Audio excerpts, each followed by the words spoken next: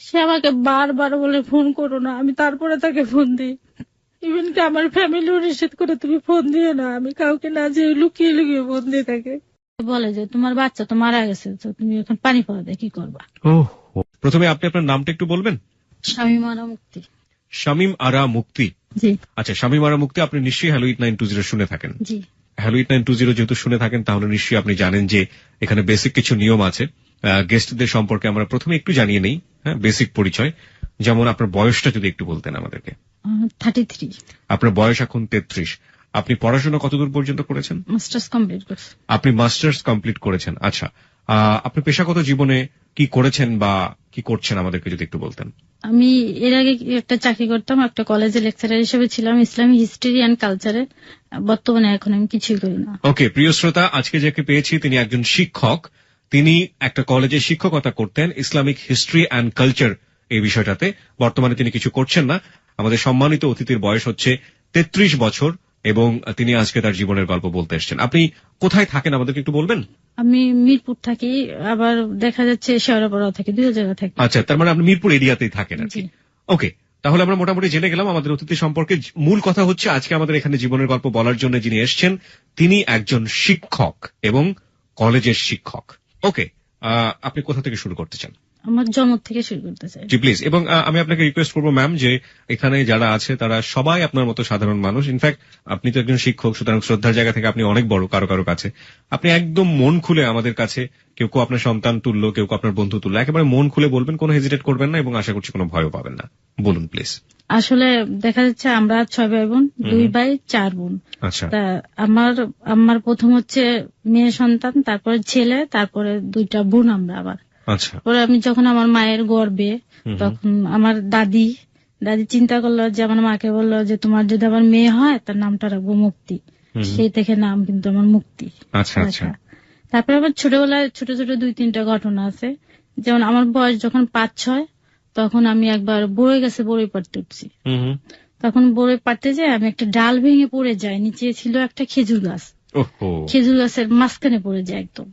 তখন আমার শরীরে অনেকগুলা কাটা বিচ্ছিল। ওই কাটাগুলো বের করার জন্য আমাকে উঠানের মাঝখানে শুয়ে রেখে কাটাগুলো আস্তে আস্তে করে বের করা হয়। এটা একটা ঘটনা। আর একটা ছিল আর একবার আমার ছোট ভাই, আমার যে ইমিডিয়েটলি ছোট ভাই, যে বর্ষার সিজনে ঘাটে নৌকা বাঁধা ছিল, নৌকায় উঠছে, ও উঠছে, আমি উঠছি, ও হঠাৎ পড়ে গেছে। পড়ে গেলে পরে আমি তাকে উঠানোর জন্য আমিও লাফ দিছি নৌকার থেকে। যখন লাফ দিয়ে এখন 2 ভাই বোন আর কি জড়ায় ধরে আসছি, কেউ কাউকে উঠাইতে পারতেছি না, যেহেতু আমিও সাঁতার জানি না, সে তো জানেই না। পরে এক পর্যায়ে এইভাবে করতে থাকলে 2জনই দেখি মানে পানির নিচে চলে যাচ্ছি। তখন আমার এক চাচাতো ভাই আমাকে উঠায়, 2জনকে উঠায়। তা আমি পানি খাইনি, আমার ছোট ভাই একটু পানি খেয়েছিল। আমি যখন ক্লাস 7-এ পড়ি তখন আমার বাবা মারা যায়। আচ্ছা। এভাবে আস্তে আস্তে তো আমার বড় ভাই সংসারের দায়িত্ব গ্রহণ করেন। আপনার পজিশন ফ্যামিলিতে কি, মানে আপনাদের ভাই বোনদের মধ্যে আপনার পজিশন কত? আমি 5 নাম্বার। মানে 6 ভাই বোনের মধ্যে আপনি 5 নাম্বার ছিলেন। আপনার ছোট কি ছিল, ভাই আর বোন? ভাই। আচ্ছা। প্রথম আমার বোন, তারপরে ভাই, তারপরে আমরা 3 বোন। আচ্ছা। তারপরে বোনদের মধ্যে আপনি কি? আমি বোনদের মধ্যে আমি ছোট। আচ্ছা, ঠিক আছে। তারপরে এভাবেই তো আস্তে আস্তে যায় লেখাপড়া, তারপরে বড় হতে থাকি। যা এই লেখাপড়ার ভার, সংসারের ভার কিন্তু আমার বাবা মারা গেলে আমার বড় ভাই গ্রহণ করেন। জি। উনি লেখাপড়া করেন, পাশাপাশি সংসার চালান, আমাদেরও করান। যেহেতু আমাদের জমি জাতি ছিল তো সমস্যা ছিল না। আবার 99 সালে আমার হঠাৎ গলায় একটু সমস্যা দেখা দেয়, গ্ল্যান্ডের সমস্যা। তখন আমার একটা অপারেশন হয়। এখন আমি যখন পাস কোর্স আর কি ডিগ্রি কমপ্লিট করি 2001-এ, তারপর থেকে আমি ঢাকায় চলে আসি। জি। চলে আসা নানা জায়গায় চাকরির চেষ্টা করি, সরকারি চাকরি আমার হয় নাই। পরে আমি আমার এক রিলেটিভের অফিসে আমি ম্যানেজার হিসাবে কাজ করি কিছুদিন। তো তখন আমি চিন্তা করি, আমার আম্মা আবার আমাকে বলে যে তুমি ডিগ্রি পাস করলে হবে না, মাস্টার্স কমপ্লিট করতে হবে, যেহেতু আমাদের বংশে আবার মেয়েদের মধ্যে উচ্চশিক্ষা ছিল না। আচ্ছা। আমি সর্বপ্রথম আর কি। তখন আমার মা এটা বলার কারণে আমি শুধু আমার মাকে আশ্বাস করতাম যে আমি লেখাপড়া করব। আবার এ করতে করতে আমি একটা জব করতাম, ওই সুযোগে আমি আবার মাস্টার্সে ভর্তি হয়ে যাই মিরপুর বাংলা কলেজে, ইসলামিক হিস্ট্রি এন্ড কালচারে। আচ্ছা। তখন ভর্তি হওয়ার সময় আমার বড় ভাই আমাকে নিয়ে যাওয়ার পরে ওইখান থেকে আমি একটা ছেলের নাম্বার নিয়ে আসি আমার বড় ভাইয়ের মাধ্যমে। ছেলের নাম্বার আপনি ফোন কেন আনতে যাবেন? নাম্বারটা এটা আনছি এই কারণে যে যেহেতু কলেজে নিয়মিত যাওয়া হবে না, হুম হুম। কলেজের খোঁজ খবরটা নেওয়ার জন্য শুধু। মানে ওই ছেলে যিনি কলেজে পড়েন তার কাছ থেকে আপনি ইনফরমেশন গুলো নিবেন, হ্যাঁ, এবং এটাই। সেটা আপনি বড় ভাইয়ের মাধ্যমে কালেক্ট করলেন। হ্যাঁ। বড় ভাইয়ের মাধ্যমে কেন করলেন? যেহেতু আমার বড় ভাইকে কলেজে নিয়ে গেছে, আমার বড় ভাইকে বললাম ওই ছেলেটার নাম্বারটা আপনি এনে দেন। ওই ছেলে মানে কি কোন একটা নির্দিষ্ট ছেলে ছিল নাকি? ছেলে নির্দিষ্ট না, দেখা যাচ্ছে ছেলেটা একটু চঞ্চল প্রকৃতি ছিল। হুম হুম। জানলাম পরে ছেলেটার নাম হাসান। আমি একটু জানতে চাই, ছেলেটার নাম হচ্ছে হাসান। জি। এই ছেলেটার নাম্বারটাই আপনারা নিলেন কেন, বা এই ছেলেটার নাম্বার, এই ছেলেটা কি আলটিমেটলি আপনার ক্লাসে পড়তো? না না, তাহলে? আমি তো বললাম যে আমি 2001-এ ডিগ্রি পাস করার পর কয়েক বছর গ্যাপ দিচ্ছি লেখাপড়াটা। তাহলে ওই ছেলের নাম্বার কেন নিতে যাচ্ছেন? 2007-এ যে আমি আবার ভর্তি হয়েছি। আচ্ছা। এই ছেলেটার নাম্বারটা এই জন্য আনছি যে কলেজের খোঁজ খবরটা নেওয়ার জন্য শুধু।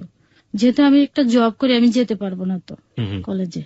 তো ওই ছেলেটাকেই কেন পছন্দ হলো বা কেন পছন্দ যে না, যেহেতু ছেলেটা দেখলাম যে চঞ্চল, খুব বিষয়ে আগ্রহ, তখন আমি মনে করলাম যে ছেলেটা হয়তো অনেক কিছু জানতে পারবে বা স্টুডেন্ট হিসেবে খুব ভালো। ওকে, তার মানে কলেজে একটা আপডেট নেবার জন্য যে কোনো একজনের কাছ থেকে নাম্বার নেওয়া দরকার ছিল, সুতরাং ওইখানে ওই ছেলেটা পড়ে গিয়েছে। জি। ওকে, তারপর? ওই ছেলের নাম্বারটা আনার পরে হয়তো মাসে একবার তাকে আমি ফোন দিতাম যে কি খবর ভাই, তখন ও বলতো যে আমাকে আপা বলে ডাকতো, যে আপা আসলে কোনো খবর নেই, কলেজের কোনো খবর টবর এখন পাচ্ছি না আমরা। এভাবে চলতে থাকে। হাসানের কাছ থেকে আবার শামীম নাম করে একটা ছেলে নাম্বারটা কালেক্ট করে আমারটা। মানে আপনার নাম্বারটা শামীম হাসানের কাছ থেকে নিল? হ্যাঁ। Okay. তখন হাসান আমাকে আবার ফোন দিয়ে বলে কি যে আপা আপনার নাম্বারটা একজন চাইছে, আমি কি দিতাম নাকি? তখন আমি বললাম যদি সে আমাকে সাজেশন বা অন্য কিছু দিতে পারে, কলেজের অন্য কিছু দিতে পারে, তাহলে আপনি দিতে পারেন, তাছাড়া আমার নাম্বারটা দিবেন না, কারণ সে ভালো আছে, ছাত্র ভালো, আপনি নাম্বারটা দিতে পারেন। তো আমি বলছি, আচ্ছা দেন। শামীম একদিন আমাকে ফোন দিল, প্রথমে সালাম দিল, সালাম দেওয়ার পর আমি উত্তর দিলাম। উত্তর দেওয়ার পর পরে বলতেছে যে আমি শামীম, আপনার নাম্বারটা হাসানের কাছ থেকে নিয়েছি। তখন আমি বললাম ও আচ্ছা ঠিক আছে। বললো যে আপনি কি কলেজে গিয়েছেন? আমি বলছি যে না, আমি তো সময় পাই না, কলেজে যেতে পারি না, আপনি যদি কলেজে যান আমাকে একটু ইনফরমেশন দিয়েন। এটা যখন বললাম আমি ঠিক আছে। এবারে যাই, প্রায় 1 মাস পরে আবার ওরকম ফোন দিয়ে বললো আপনি কলেজে গিয়েছেন কেন? আমি না, আমি কলেজে যাইনি, আমি ফোন দিয়ে জেনে নিই কলেজে, মাঝে মাঝে অফিসে ফোন দিয়ে। এভাবে যেতে থাকে, দেখা যাচ্ছে 4-5 মাস পর এভাবে হয়তো 2 থেকে 3 বার আমাকে ফোন দেয় শামীম।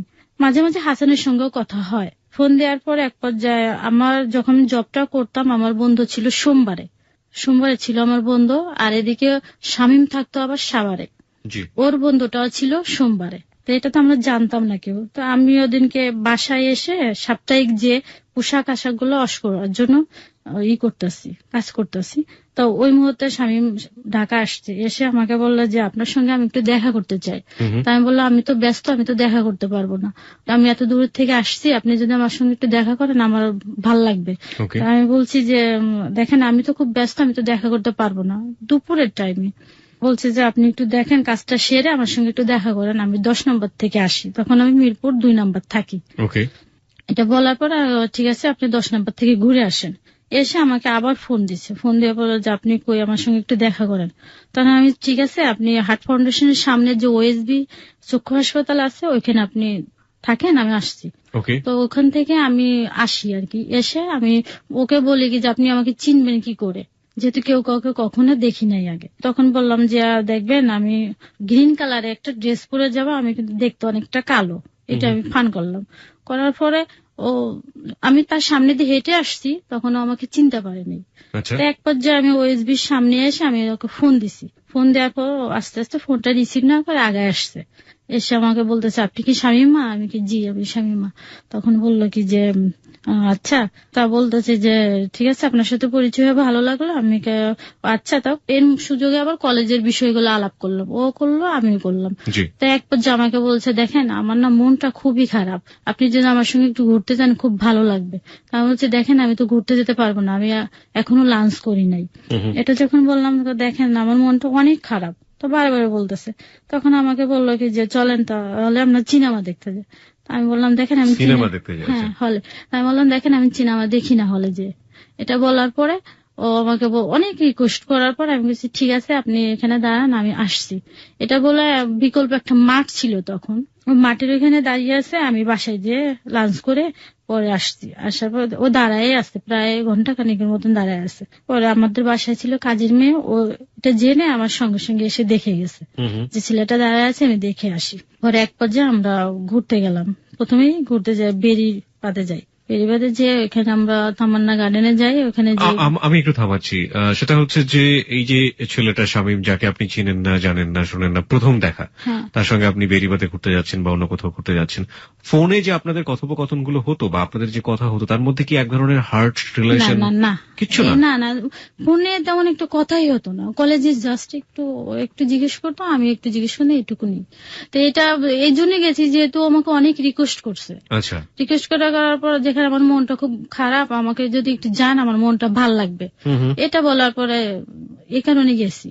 আমার মনে তখন কোনো ধরনের ছিল না। বেরিবাদ তো আসলে মিরপুর থেকে খুব বেশি দূরে না, হ্যাঁ কাছাকাছি। কাছাকাছি। তো ওইখানে যাই, যেমন আমরা তামান্না গার্ডেনে যাই, ওখানে যেয়ে বসে আমরা এগুলো এনে খাই। তো এক পর্যায়ে যে ওয়ান টাইমের গ্লাস গুলা দেয়, ওগুলাকে আমি ঢেলে অর্ধেকটা খেয়ে ওটার মধ্যে একটা রেখে ওর মধ্যে আবার কিছু টুক দিয়ে আমি বললাম এটা আপনি খান। তো দেখি যে খেয়ে ফেললো। তা আমি বললাম যে আপনাকে চিনি না জানি না, আপনি আমার খাওয়াটা খেয়ে ফেললেন। তাই হেসে দিল আর কি। হেসে দেওয়ার পরে এভাবে ঘুরে চলে আসার সময় আমি আবার চশমা পরি, তো তখন চশমাটা খুলে ফেললো চোখ থেকে। খুলে এই কারণে ফেললো যে আমি চোখে দেখি কিনা এটা জানার জন্য। তা বলতে আমি বললাম চশমাটা খুললেন কেন? কি দেখি এমনি এমনি। তা বলতেছে ওইখানে কি লেখা ওইটা পড়তে পারেন? আমি হ্যাঁ কেন পারবো না। তা এইভাবে যায় চলে আসি। তা চলে আসার সময় আমাকে বললো যে আপনি আমাকে ফোন দিলে আমার খুব ভালো লাগবে। তা আমি বললাম যে আমি ফোন দিতাম না। আমি একটু আবারও থামাচ্ছি আপনাকে। সেটা হচ্ছে যে এই যে ছেলেটা, তাকে আপনি হার্টলি ফিল করেন না, এক ধরনের সাধারণ সম্পর্ক, আপনাকে হেল্প করে বলেই আপনি তার সঙ্গে যোগাযোগ রাখেন। তো সেই ছেলেটা আপনাকে একটা জায়গায় নিয়ে গেল, আপনি গেলেন, ভালো কথা, এবং সে আপনার চশমায় হাত দিয়ে খুলে দিচ্ছে। এই যে ব্যাপারগুলো, এগুলোতে আপনি তো এক ধরনের লাইও দিচ্ছেন, তাহলে আপনি তাকে সুযোগ দিচ্ছেন, এবং এই সুযোগ দেওয়ার ব্যাপারে কি আসলে মন থেকে কোনো ব্যাপার কাজ করছিল যে একটু একটু ভালো লাগা বা অন্য না কিছু? না না এ তখনও ধরনের না? কিছু না। তখনও ভালো না লাগলে আপনি একটা ছেলেকে আপনার চোখ থেকে চশমা খুলতে দেবেন, ব্যাপারটা কেমন হয়ে গেল না? না এ ধরনের কিছু আমি চিন্তা ভাবনা করি নেই। আচ্ছা, চিন্তা ভাবনা আসেনি, হয়ে গেছে আসে না। স্পন্টেনিয়াসলি। হ্যাঁ। ওকে, তারপর? এরকম এটা তারপরে আমাকে অনেক রিকোয়েস্ট করছে যে আপনি যদি আমাকে ফোন দেন তাহলে আমার খুব ভালো ভালো লাগবে। লাগবে, হ্যাঁ। তা আমি বলছি অনেক রিকোয়েস্ট করবে, আমি বলছি দেখেন আপনার নাম্বারকে আমি ফোন দিতাম না, আর আমার সময় নেই ফোন দেওয়ার। তখন বলতেছে যে না আপনি ফোন দিলে আমার খুব ভালো লাগবে। তখন এক পর্যায়ে বলে ফেলছে আপনার নাম্বারটা পচা, নাম্বার আমি ফোন দিতাম না। চাই ওদিনকে তো চলে যায়, আমি চলে আসি আমার বাসাতে, সে চলে যায় সাভারে। তো মাঝে মাঝে হয় রাত্রে একটু ফোন দেয়, 1-2 মিনিট কথা বলি। আচ্ছা। হাই হ্যালো কেমন আছে, এই জাস্ট এইটুকু না, আর কিচ্ছু না। তাই এক পর্যায়ে আমি যখন ওর সঙ্গে পরিচয় হলো, এটা ছিল নভেম্বরের 5 তারিখ 2007-এর। সোমবারে পরিচয় হয়, মঙ্গলবার বুধবারে যে আমি একটা অ্যাক্সিডেন্ট করি। সেটা হচ্ছে কিরকম, আমি অফিস থেকে যখন আসি রোড পার হতে যে সামনে বাস প্লাস সিএনজি, তখন আমি ওখানে দাঁড়িয়ে পড়ার পর সিএনজিটা আমাকে বাড়ি দিয়ে ফেলে দিয়ে চলে যায়। যখন সিএনজি আমাকে বাড়ি দেয় তখন হাত দিয়ে আমি ওটা ঠেকানোর চেষ্টা করে, তো এক পর্যায়ে আমার হাতটা কেটে যায়, প্লাস আমার মুখটা ঠোঁটের ভিতরে কেটে যায়। তখন আমার মুখ দিয়ে অনেক রক্ত বের হয়। তো ওইখানে পরিচিত একটা লোক ছিল, দৌড়ে এসে আমাকে উঠায় আর কি রাস্তার থেকে। আমি ওই অবস্থা বাসায় চলে যায়, যে আমার বোন তাড়াহুড়া করে আমাকে ডাক্তারের কাছে নিয়ে যায়। তো এই খবরটা আমি তাকে রাত্রে যখন ফোনে আবার জানাই শামীমকে, তো শামীম করে পরের দিন চলে আসে সাভার থেকে আচ্ছা, আমাকে দেখার জন্য। আপনাদের বাড়িতে? না না, আমি তো ঢাকা মিরপুর থাকি, 2 নাম্বার থাকি। আর ওখানে কোথায় থাকতেন? ওখানে মিরপুর 2 নম্বরে কোথায়, মানে হোস্টেল? না, এটা আমার বোনের বাসায়। আপনাদের বাড়িতেও তো এক ধরনের তো বাড়ি নিশ্চয়ই? হ্যাঁ ভাড়া বাড়ি। তো ওই ভাড়া বাড়ি আপনাকে দেখার জন্য চলে আসলো? না ভাড়া বাড়িতে আসেনি, আমি ফোন দেওয়ার পর ও চলে আসছে, জাস্ট বাইরে ওয়েট করছে। ওকে, কি সমস্যা হয়েছে? তো আমি বললাম যে আমার দাঁতে একটু সমস্যা হয়েছে, দাঁতটা ভেঙে গেছে।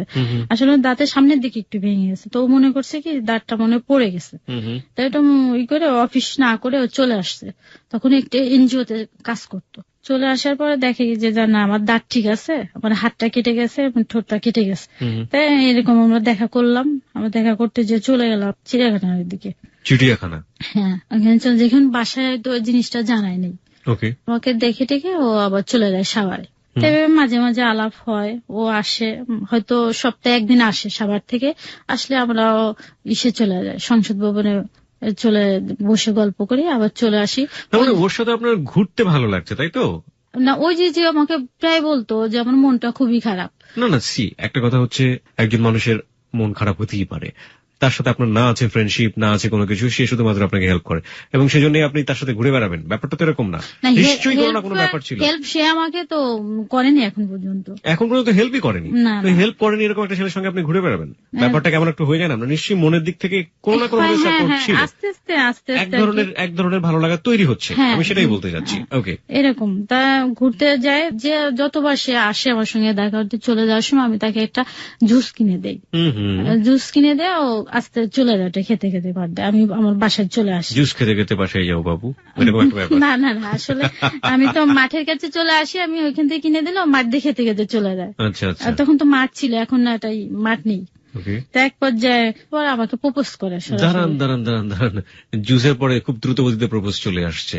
প্রপোজ কি কবে নাগাদ করলো, কিভাবে করলো, এটা তো ডেটটা আমার মনে নেই, দেখা যায় এইভাবে তো 2-1 মাস চলে গেছে আমাদের ঘোরাফেরাতে। হ্যাঁ, প্রপোজ করলে পরে আমি তখন বলে কে দেখেন আমার এখন এগুলো না না না, এরপরে 2-3 সপ্তাহ যাওয়ার পর আমাকে খুব রিকোয়েস্ট করে তুমি বলার জন্য। আমি তাকে কখনো তুমি বলতে রাজি না। তখন বললে দেখেন তুমি বলে না, আপনি কথা বললে আমার ভালো লাগবে না। তখন আপনি বললো না, রাগ করে একটু। দেখো যে রাগ করলে পরে আমি আস্তে আস্তে 1 মাস পর তুমি বলা আরম্ভ করি। এইভাবেই চলতে থাকে। তো এক পর্যায়ে একটু একটু দুজনের মধ্যে সম্পর্ক সৃষ্টি হয়ে যায়। তখন আমি বললাম যে দেখেন আমার এই ধরনের প্রেম করার বয়স নেই, যদি করতে হয় আমি সরাসরি বিয়ে করব। তখন আপনার বয়স কত ছিল? 25-26 হবে এরকম। 25-26-এ প্রেম করার বয়স থাকে না। এটা আপনার বিলিভের জায়গা থেকে আপনার মতো করে আপনি বলেছেন। ওকে, তারপর? না, এটা আমি আবার কেন বললাম, আমার চিন্তাধারা ছিল আমি কখনো জীবনে বিয়ে করব না। আপনি বিয়ে করবেন না? হ্যাঁ, এটা চিন্তাধারা ছিল। তখন আমার বড় ভাই প্লাস আমার মা খুব আমাকে চাপ সৃষ্টি করে। আপনার বড় বোনদের কত বছর বয়সে বিয়ে হয়েছে? ওনাদের 12 বছর বয়সে বিয়ে গেছে। 12 বছর বয়সে বিয়ে হয়ে গেছে? হ্যাঁ। তারপরে আপনি 25 বছর পর্যন্ত ফাইট করে আছেন যে না আমি বিয়ে করবো না? এটা আমি চিন্তাধারা ছিল, অনেক প্রপোজ আসতো, আমার ভাইকে আমি না করে দিতাম। আচ্ছা আচ্ছা। স্বামীর সঙ্গে আবার পরিচয় হয়ে যায়, তখন আমি চিন্তা করলাম যে ছেলেটা হয়তো খুবই ভালো কথাবার্তা, খুব ভালো নরম, একদম আস্তে আস্তে কথা বলে ভালো। তখন এটা বলার পর তো বললো যে ঠিক আছে, ও এক পর্যায়ে রাজি, প্রেম করতে হবে না, আমি বিয়ে করব। হ্যাঁ, এটা বলার পরে তখন আমি বললাম ঠিক আছে, তো আমার ভাইয়ের সঙ্গে দেখা করার জন্য তো আমাকে একটা ছবি দিল, ওর ছবি দেওয়ার পর আমি আমার ফ্যামিলিকে দেখাইলাম। তো দেখানোর পর আমার মা বলল যে এত দূরে একটা ছেলে, তোমার ভাই রাজি হবে না, যেহেতু আমার গার্জিয়ান তোমার বড় ভাই। তখন আমার ভাবিকে বললে আমার ভাবি ছবিটা নিয়ে আমার ভাইকে দেখালে এবার আমার ভাই ছবিটা না দেখে ফেলে দেয়। ভাবি অনেক বুঝাইলো ভাইকে, কিন্তু ভাই রাজি না, যত দূরে আমি দিব না, আর দরকার কি আছে। আমি ভাবিকে বললাম যে ভাবি, আমি আর যাই করি আপনাদের মুখে কখনো আমি চুনকালি দিব না। এটা আমি বললাম, আমার আম্মাকে বললাম যে তোমরা আমাকে বিয়ের জন্য চাপ সৃষ্টি করো না। এইটা নিয়ে আর কোনো কথাবার্তা হয় না, এভাবেই থাকে। তা আমি এদিকে আবার আমার মেজো দুলাভাই একটা ছেলে ঠিক করে আমার জন্য। আর ছেলে ঠিক করলে ছেলেটা আমাকে দেখো, ঈদে বাড়ি যায় তখন ছেলেটা আমাকে দেখে। আমার ভাই আবার এইখানে রাজি, যেহেতু আমাদের এলাকার ছেলে ভালো হবে এটা জানা। তখন আমি বললাম যে প্রসঙ্গে আমার সঙ্গে কোনো কথা বললেন না। আচ্ছা, আমি একটু অল্প মাঝখানে আপনাকে থামাচ্ছি। সেটা হচ্ছে আপনাদের এলাকাটা আসলে কোথায়, গ্রামের বাড়িটা কোথায়? আমাদের গ্রামের বাড়ি গোপালগঞ্জ। আঞ্চলিকতা একটু টান আছে আপনার ভাষার মধ্যে, শুনতে ভালোই লাগছে। যেমন গ্রামকে গিরাম, হ্যাঁ এই গ্রামই বলে তো না? আমাদের আসলে ওদিকে গ্রামই বলে। ভালো লাগছে শুনতে এবং সত্যি সত্যি ভালো লাগছে। হ্যাঁ, তারপর আমার কথার মধ্যে সিলেট প্লাস আমাদের এলাকার দুটাই টান চলে আসে। সিলেট, যেমন সিলেটকে আপনারা সকে আপনারা চ বলছেন, সমস্যা ঠিক বলবো না, এটা যদি আঞ্চলিক হয়ে থাকে তাহলে it's okay, very very nice. দুইটাই টান চলে আসে আমার কথা। সিলেট কেন চলে আসে? কারণ সিলেটও বোধহয় আপনার জীবনের সাথে জড়িয়ে আছে না? হ্যাঁ, পরবর্তী জীবনে আমার সিলেটে। আচ্ছা, তাহলে এই জন্য সিলেটের একটু টানও চলে আসছে। ঠিক আছে, হ্যাঁ, তারপর? তো ওই ছেলেটা যখন দেখে আমার দুলাভাই যেটা ঠিক করে, তা আমার ভাই ছিল এটার জন্য রাজি আর কি। এই জন্য ওর ছবিটা দেখেনি কখনো, না দেখলে পরে তা আমার কাছে বলে যে ওই ছেলেটা তোকে দেখছে, পছন্দ করে, তারা তো আমাদের খুব ধরছে। তো এটা বললে পরে আমি বলছি যে আপনি এ প্রসঙ্গে আমার সঙ্গে কোনো আলাপ করেন না। আমার ভাইকে বললাম, আমার ভাই একদিন ফোন দিল, এটা আমি বললাম। বলার পরে এটা আবার শামীমকে আমি জানাই যে এই ঘটনা আমাদের ফ্যামিলি থেকে চলছে। তখন ও বললো কি যে তুমি যদি আমার সাথে বেইমানি করো ফল কিন্তু ভালো হবে না, এটা আমাকে শামীম বললো। বলার পরে আমার সিদ্ধান্ত অটুট, একদম আমার সিদ্ধান্ত থেকে আমি নড়চড় না। পরে এক পর্যায়ে আমার ভাই 1-1.5 মাস পর আমাকে বাসায় ডেকে বলছে কি যে ছেলেটাকে আমার সঙ্গে দেখা করতে বলিস। তখন শামীমকে আমি জিনিসটা জানানোর পরে শামীম ভয় পায় প্রথমে, যে তোমার ভাইয়ের সঙ্গে সামনে আমি যেতাম না, কি জিজ্ঞাসা করবে কি বলবো, আমি যেতাম না। পরে আমি বলছি, ঠিক আছে যেও, আমি সঙ্গে যাব। তখন আমার ভাইয়ের সঙ্গে দেখা করতে আসে, মিরপুরে আসে সাভার থেকে। বাসায় আমি নিয়ে যাই, কিন্তু আমি রুমে যাই না। আমার ভাইয়ের সঙ্গে কথাবার্তা হয়, আমার ভাইয়ের সঙ্গে এক পর্যায়ে কথাবার্তা কি হয় ওটা আমি তখন জানতে পারি না, কিন্তু পরে তার কাছ থেকে আমি জেনে নিই। ও বললো কি যে ঠিক আছে, আমি ভাইয়ের সঙ্গে আলাপ করছি, ভাইয়া বলছে এদের একজন গার্জিয়ান আনতে, মানে স্বামীদের পক্ষ থেকে। আমি আবার জিজ্ঞাসা করলাম যে কাকে আনতা? বলছে যে আমার ছোট বোনের স্বামী, যদিও সে সম্পর্কে ছোট কিন্তু বয়সের দিকে বড়, তাকে আমি নিয়ে আসবো। ভাইয়াকে কথা দিছি, সে 1 মাস পর আমার সঙ্গে আসবে, এসে দেখা করবে। তো এভাবে যেতে থাকে। তার মাঝখানে আবার আমার বড় আপা শামীমকে দেখতে চায়, বলে কি যে তুই একদিন বাসায় নিয়ে আসিস। তখন আমি বাসায় নিয়ে যাই। নিয়ে যাওয়ার পর আমার আপা ওকে রান্না টান্না করে খাওয়ায়, পরে চলে যায়। 1 মাস পরে ওর ভগ্নিপতিকে নিয়ে আসে। নিয়ে আসার পর আমার ভাইয়ের সঙ্গে কথা হয়। কথা হওয়ার এক পর্যায়ে ওর আব্বার সঙ্গে আলাপ করে বিয়ের ডেটটা ঠিক করে রাখে। ছেলে কি করতো? এনজিওতে চাকরি করতো। সবার একটি। আপনি প্রফেশনাল টিচার ছিলেন? না, তখন আমি টিচার না, তখন আমি ঢাকায় একটা আমার এক আত্মীয় মানে অফিসে বসে কাজ করতাম। এটা ছিল একটা ছাপাখানা। তারপরে বিয়েটা ঠিক করে রেখে দেয়। পরে আমি জানতে পারি যে বিয়ে কত ঠিক করলো, কোন তারিখে। তো বললো যে এটা 16 এপ্রিল। তাই আমি বললাম তুমি 16 এপ্রিল না দিয়ে যদি 14 এপ্রিল দিতা তাহলে ভালো হতো। বললো কেন? ওই দিনকে পয়লা বৈশাখ ছিল, পয়লা বৈশাখে একটা দেশে একটা ভালো অনুষ্ঠান হয়, যেহেতু পয়লা বৈশাখ পালন করে, আমাদের বিয়ের অনুষ্ঠানটা ওইভাবে আমরা পালন করতে পারতাম। তাই বলছে না, 1-2 দিনের জন্য কি সমস্যা হবে? তা ঠিক আছে। এইভাবে 1 মাস বিয়ে ঠিক হয়ে থাকে। এভাবে ও সাভার থেকে ঢাকায় চলে আসে। ও একটা গার্মেন্টস এর স্টোরের দায়িত্ব গ্রহণ করে। ওইখানে 1 নম্বর একটা বাসা নেয়। তখন বাসা নিলে তো এখন ওর সংসারে আসবাবপত্র বলতে কিচ্ছুই ছিল না, যেহেতু ব্যাচেলার ছিল। একটা বিছনা, একটা বালিশ, এগুলাই ছিল। তখন আমি বাসার থেকে কিছু যা যা লাগে আর কি, রান্না বান্নার কাজে হাঁড়ি পাতিল এগুলা বাসার থেকে দিয়ে দিই। যেহেতু বিয়ে ঠিক হয়ে রয়েছে, আমি মাঝে যেতাম, হয়তো 1 সপ্তাহ পর একদিন যেয়ে একটু রান্না করে দিয়ে আসতাম। আবার কখনো বাসার থেকে একটু তরকারি দিয়ে আসতাম। মানে বিয়ে ঠিক হয়েছে এবং আপনাদের মধ্যে সম্পর্কটা একটু গভীর হচ্ছে ধীরে ধীরে। তা আমি রান্না করে দিয়ে আসতাম, যেহেতু ছেলে মানুষ রান্না করতে পারে না। আপনি ওর বাসায় যেতেন? হ্যাঁ, এখানে এটা ছিল কোয়ার্টার বাসা, ফ্যামিলি বাসা নিয়ে থাকতো। ও কি ফ্যামিলি বাসায় থাকতো? না, ও একটা রুম নিয়ে থাকতো। বাসাটা ছিল কোয়ার্টার, এখন অন্যরা ফ্যামিলি বাসা আর কি। ও কি সাবলেটে থাকতো? ও সাবলেট না, একটা রুম নিয়ে থাকতো, যে ওইখানে আমরা বিয়ের পরে উঠবো। এবং এই বাসাতে আপনি ও একা থাকা অবস্থায় যেতেন বিয়ের আগেই? মাঝে মাঝে হয়তো সপ্তাহে যে একদিন রান্না করে দিয়ে আসতাম। এভাবে যায়। তার এক পর্যায়ে চলে আসে 16 এপ্রিল। এর আগে ওর আম্মার সঙ্গে আমি ফোনে কথা বলি, ওর ছোট ভাইয়ের সঙ্গে কথা বলি, ওর বোনের সঙ্গে কথা বলি, ফোনে কথা বলি। তা ওর আম্মা আমাকে জিজ্ঞেস করে যে তুমি কি কোরআন শরীফ পড়তে পারো? এটা জিজ্ঞেস করলে আমি হ্যাঁ পারি। আমি তাই এটা জিজ্ঞেস করা এইভাবে আমি সবার সঙ্গে টুকটাক কথা বলছি, কিন্তু ওর আব্বার সঙ্গে কখনো আমি কথা বলিনি। মানে আপনার হবু শ্বশুর? হ্যাঁ, ওনার সঙ্গে কথা বলিনি। এক পর্যায়ে বিয়ের আগে দেখা যাচ্ছে ওর ছোট বোন আমাকে ফোন দিয়ে জিজ্ঞেস করে যে তোমার পায়ের মাপ কত। এভাবে যায়। দেখা যাচ্ছে তখন আমি যে চাকরি করে আমি কিছু টাকা জমাই, বেশি না, 25,000 টাকার মতন জমাই ব্যাংকে। আমি একটা অ্যাকাউন্ট খুলি। স্বামীমের আবার একটা চাকরি ছিল, তো সামান্য বেতন পাইতো, ও কিভাবে কি দিবে। আমি বললাম যে বিয়ের আগে আমি ওকে একটা পাঞ্জাবি গিফট করলাম। পাঞ্জাবি অন্যসহ গিফট করলাম বিয়ের আগে, যে তুমি এটা বিয়ের সময় পরে আসবে। আর আমি গোপনে 5,000 টাকা ব্যাংক থেকে তুলে আমার আপাকে বললি কি যে এটা শামীম টাকাটা দিছে, আমার হাতের মাপ দিয়ে একটা আংটি বানাতে বলছে, কিন্তু টাকাটা দিছে আমি। এটা দেওয়ার পর আমি আমার আপা যে জুয়েলারি দোকান থেকে একটা আংটি নিয়ে আসি।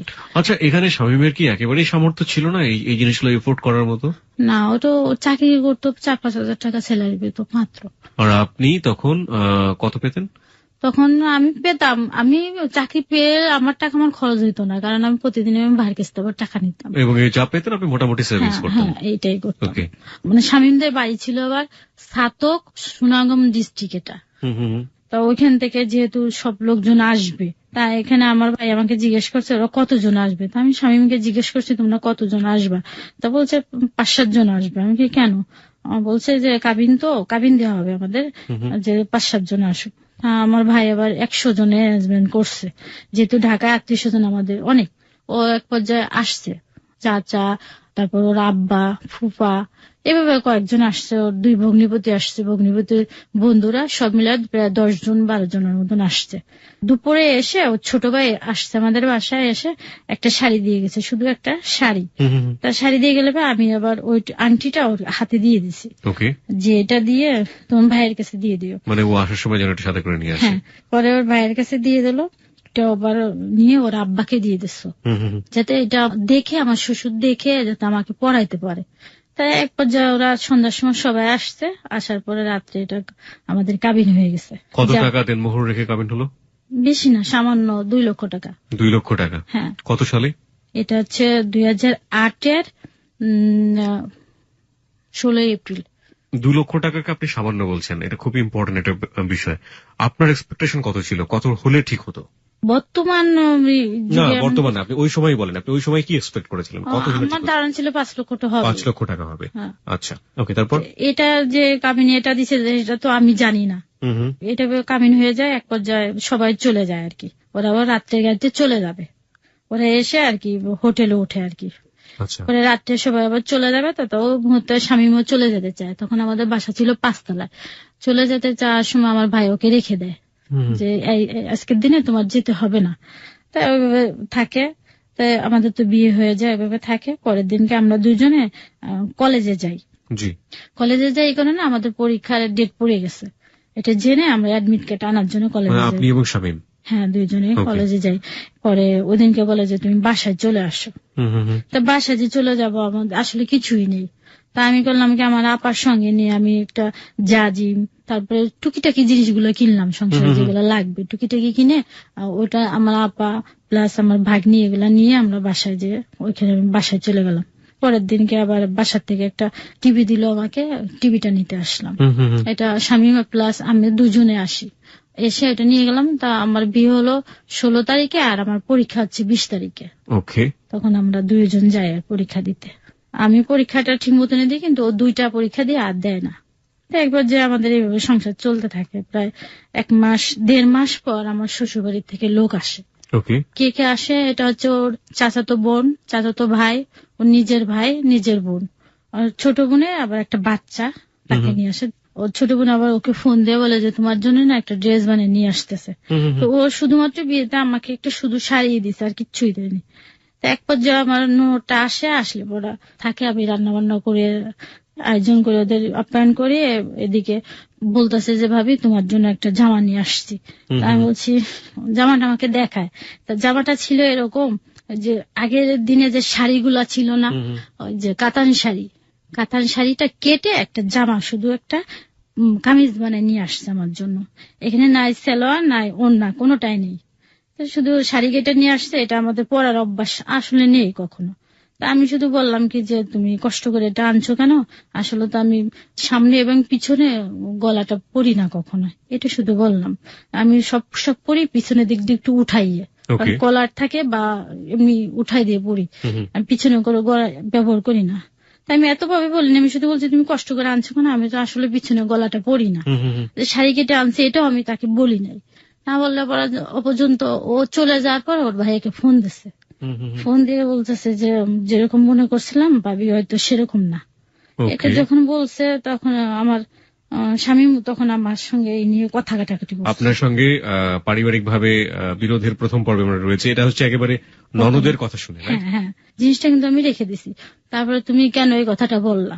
ও তো খুব মাইন্ডে নিচ্ছে।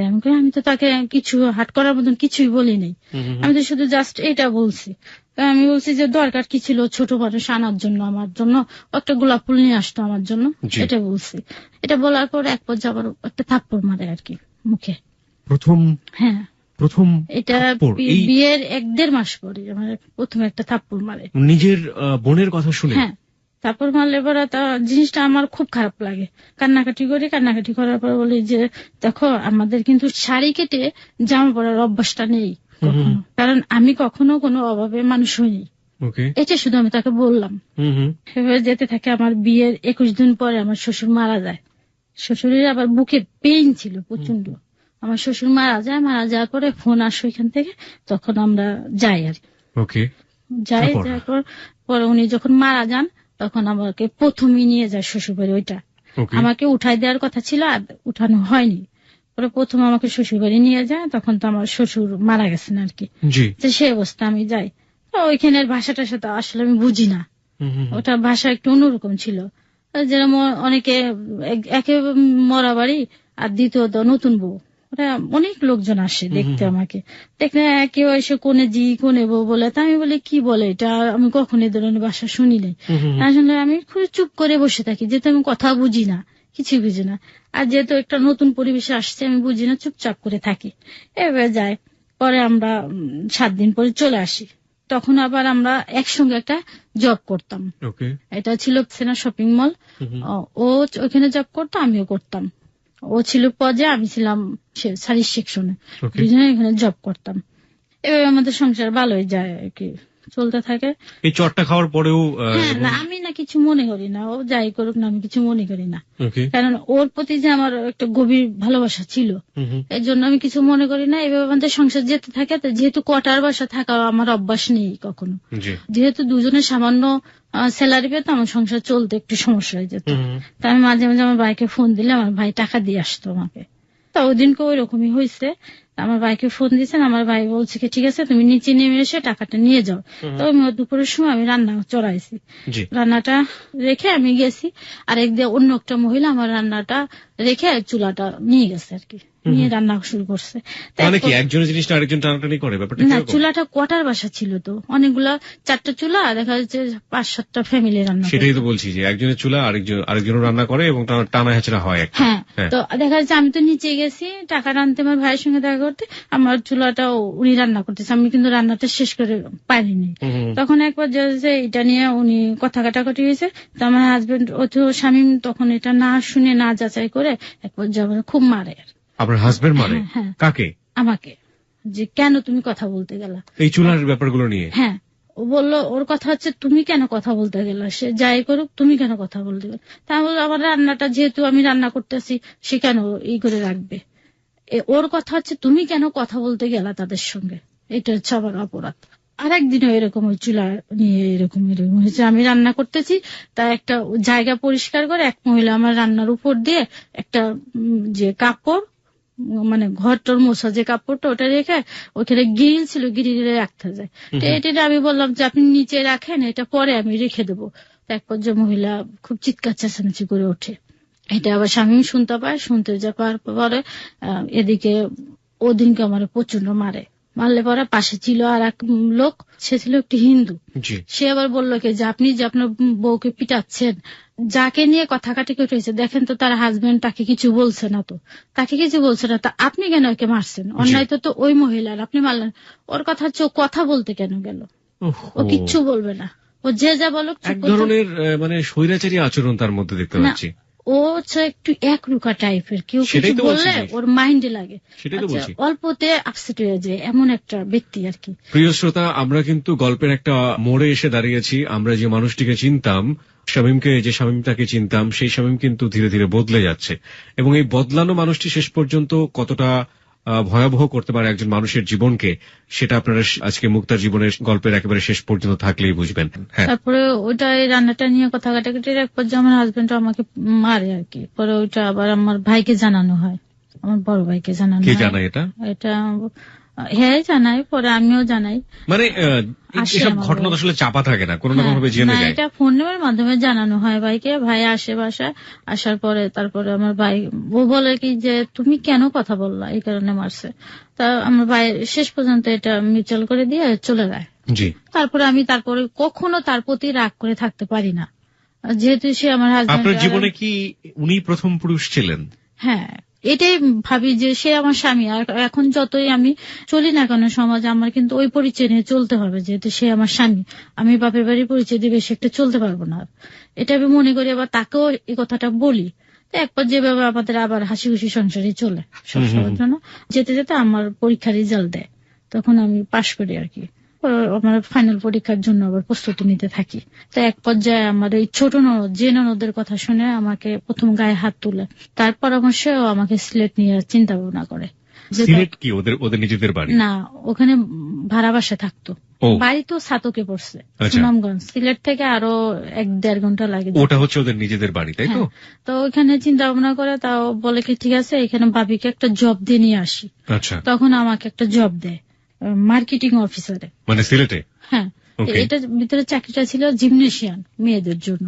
মেয়েদের এটা- জিমনেশিয়াম। হ্যাঁ, এটা জাস্ট মার্কেটিং এর কাজটা আমাকে করতে হবে। ওকে, তো এক পর্যায়ে এরকম আমার এই ঢাকার চাকরিটাও আছে, আর এই জন্য এটার জন্য ইন্টারভিউ দিতে আমাকে সিলেট যেতে হলো। হুম হুম, তা ও আমাদের রাত্রে আমাকে গাড়িতে উঠায় দেয়, আমি একা একা চলে যাই, আমি চিনি না। তারপরে চলে যায়, চলে যাওয়ার পর আমার ননদের হাজবেন্ড আমাকে রিসিভ করে নিয়ে যায় বাসায়।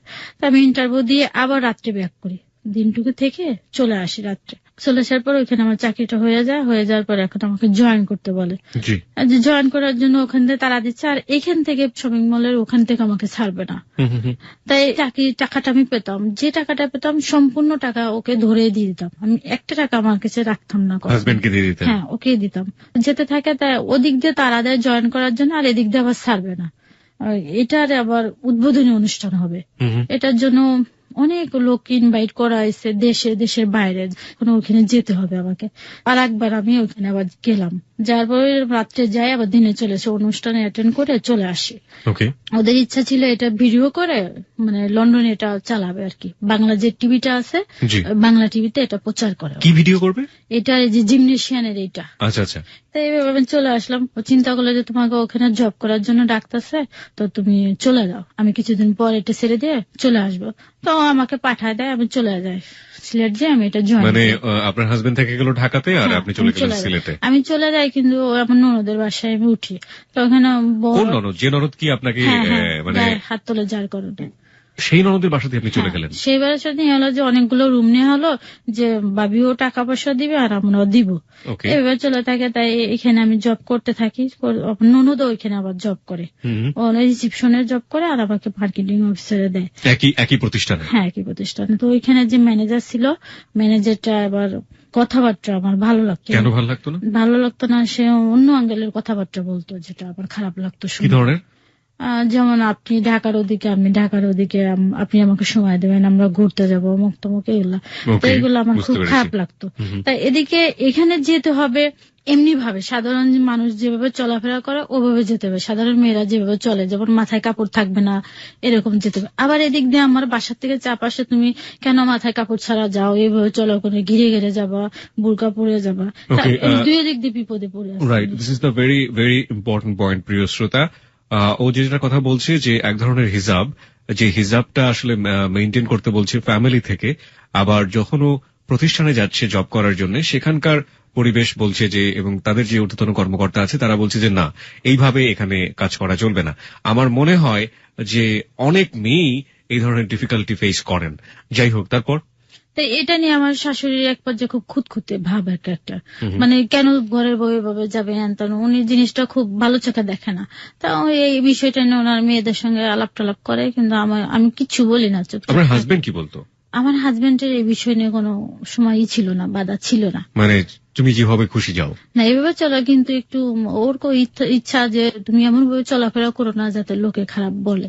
আচ্ছা, মানুষ কখনো তোমাকে খারাপ বলে আমি চাই না। না কিন্তু এই যে মাথায় ঘোমটা দেয়া না, এক এটা ধরনের- সে পছন্দ করে বেশি। আচ্ছা আচ্ছা, এটা তার ভিতরও কাজ করে যে তুমি এমনি কেন যাও। মানে সেও চাইতো যে আপনি কিন্তু হিসাব করুন? ও তখন আমাকে সে কথাটা বলিনি কখনো, ওকে, তারপর? এটা বলিনি। তো এভাবে যায়, চলতে থাকে, জবটা করি। কিন্তু ওই ম্যানেজারের সঙ্গে এরকম প্রায় আমাকে যখন বলে, তা জিনিসটা আমার খুব খারাপ লাগবে এক পর্যায়ে। তারপরে ম্যানেজারের সঙ্গে একদিন আমার কথা কাটাকাটি হয়। ওকে, আমার ননদ প্রতিদিনই দেরি করে যেত, ওর টাইম ছিল 7টায় যেত, যেহেতু সকালবেলা ওরা রিসেপশনে কাজ করে, ওদের যেতে হতো তাড়াতাড়ি করে। জি, তারা তাড়াতাড়ি করে যেত, ও প্রতিদিন দেরি করে যেত, 10টা বেজে যেত। তো একদিন আমাকে বলছে, ওরা জানতো যে আমরা ননদ ভাবি, তো একদিন আমাকে বলতেছে আপনার ননদ এরকম দেরি করে আসে, আপনি বলে দেন যেন এরকম আর না আসে অফিসে। হুম, হুম, তো এখানে বললে, তো আমি তাকে জানালে পরে তো বলছে ঠিক আছে আমি যাব না। তো ওটা রিজাইন দিয়ে দেয়। রিজাইন দিয়ে দিল, চলে গেলে পরে ওই জিনিসটা আমার, আবার যে দেবরটা ছিল, আমার একটা দেবর ছিল, সে মাইন্ডে না জিনিসটা, ম্যানেজার কেন এরকম করলো। আর আমার দেবরের ওইখানে চাকরি হওয়ার কথা ছিল, কিন্তু ম্যানেজারের কারণে চাকরিটা হয়নি তার। ওকে, এটা তার একটা রাগ ছিল ম্যানেজারের প্রতি। তো এই ম্যানেজার আমাকে যখন এইসব ইঙ্গিত করতো, তখন আমি একদিন চিন্তা করলাম ম্যানেজার তো খারাপ, ওরা একটা মাইর দেওয়া উচিত, এরকম চিন্তা করলাম এখানে যে অফিসের বাইরে ওর একটা জাস্ট একটা থাপ্পড় দেওয়া উচিত, কেন ও এরকম বলবে। তারপর দেওয়ার বললো কি যে ভাবি তুমি এটি চিন্তা করো না, দেখি আমি কি করা যায়। এরকম কথাবার্তা হলে পরে আমি অফিসে যাবে রিজাইনটা দিয়ে আসি। হ্যাঁ আমি দিয়ে আসি। যাই না, এক সপ্তাহ না গেলে এমডি আমাকে সরাসরি ফোন দেয় যে আপনি কোথায়। আমি বলছি যে বাসায়। তা বলছে আপনি এক্ষুনি আসেন, আপনার সঙ্গে আমার কথা আছে। তা আমি যাই, আমার ননদকে নিয়ে যাই। যাওয়ার পর MD sir plus chairman sir আমাদের সঙ্গে কথা বলে, দুইজনে আমাদের সঙ্গে কথা বলেন যে আপনার কার পারমিশনে আপনারা রিজাইন দিয়ে গেলেন, চাকরিতে নিয়োগ তো আমরা দিচ্ছি আপনাদের, কেন নিয়োগ দিলেন। তা আমার ননদের কথা বলে তুমি আবার জয়েন করো, আর আপনি তো জয়েন করবেন, আপনার যদি কোনো কথা বলার থাকে যে আপনি আমার রুমে এসে কথাগুলো শেয়ার করবেন।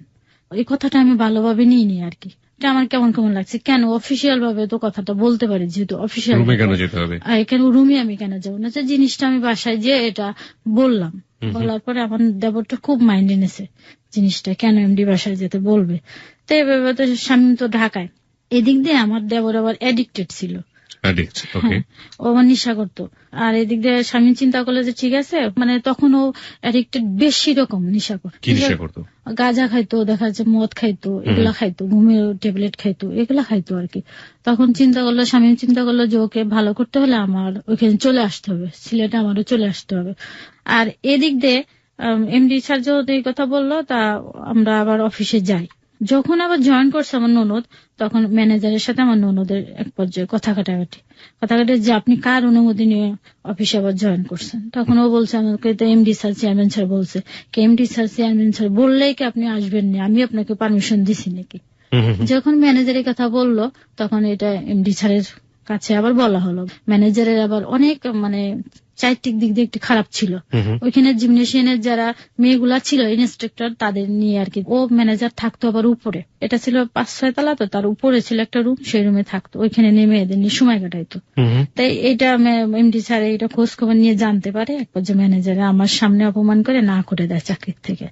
তাই এটা ম্যানেজার আবার খুব রাগ করে, অফিসিয়াল যত লোক ছিল ম্যানেজার হাত করে, এটা সবাই জোট হয়ে যায় যে আমরা কেউ চাকরি করবো না। তা একবার যে আমার দেবর ওই ম্যানেজারে মারার চিন্তা ভাবনা করলো, তা ও বন্ধু টন্ধু ম্যানেজ করলো। তা আমি বলছি কি যে তুমি ম্যানেজারের গায়ে হাত দিও না, এই কারণে যেহেতু আমি আবার জয়েন করছি, আর যেহেতু আমার ননদের নাম ছিল আফসানা, ও জয়েন করছে, তুমি এটা নিয়ে সিনকেটার করো না। তখন ও চিন্তা করলো না ভাবি ঠিক আছে, আমরা কিছু বলবো না।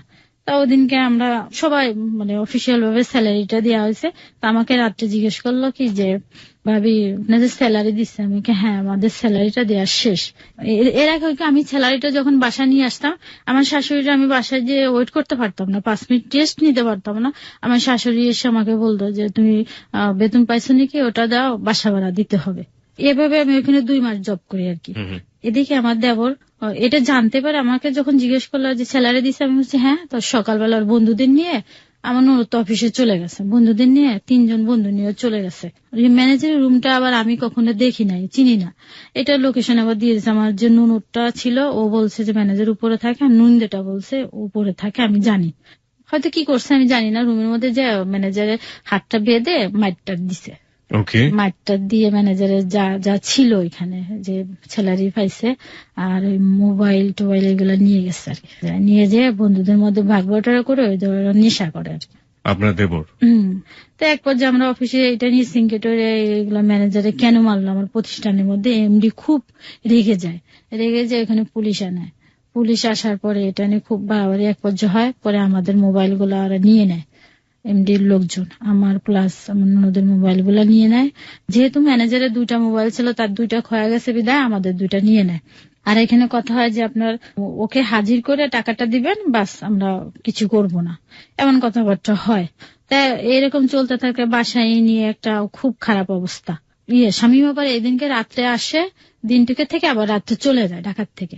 তা ওই সংবাদ শোনা পরে ও আবার রাত্রে রওনা দেয়।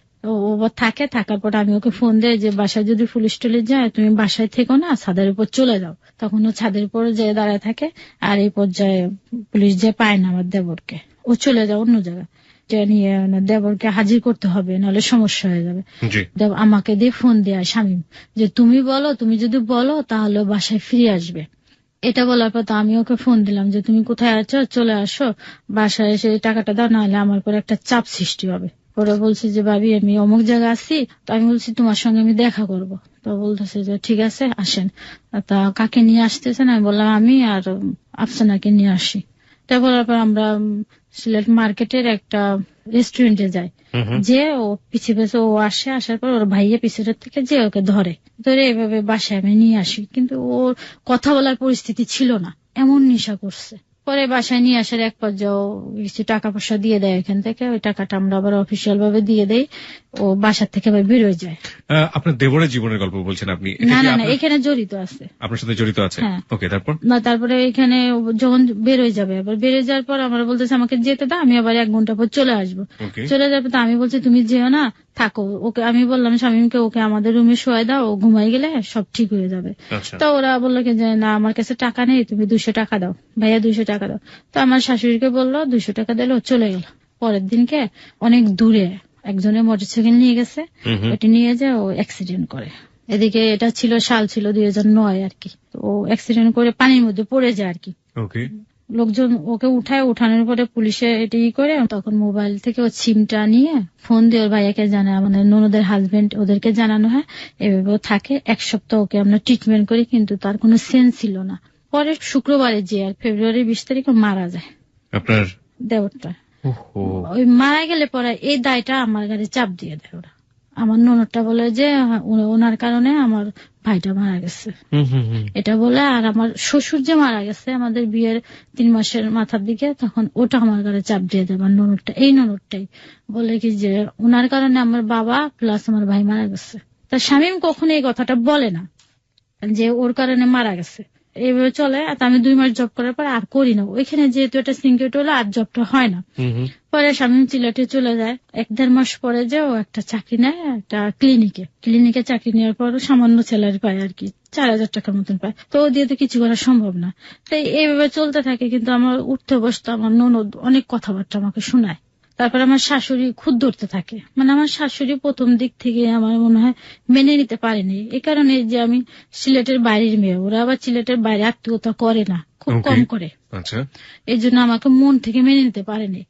এরকম আমাকে বারে বারে বেশি কথা বলতে থাকে। আমি না ঘরে দরজাটা দিয়ে কাঁদতে থাকি, কিচ্ছু বলি না। কিছু না বলে আপনার হাজবেন্ডকে কখনো এগুলো বলেন? না না, ওকে আমি কখনো কিচ্ছু বলি না। কেন?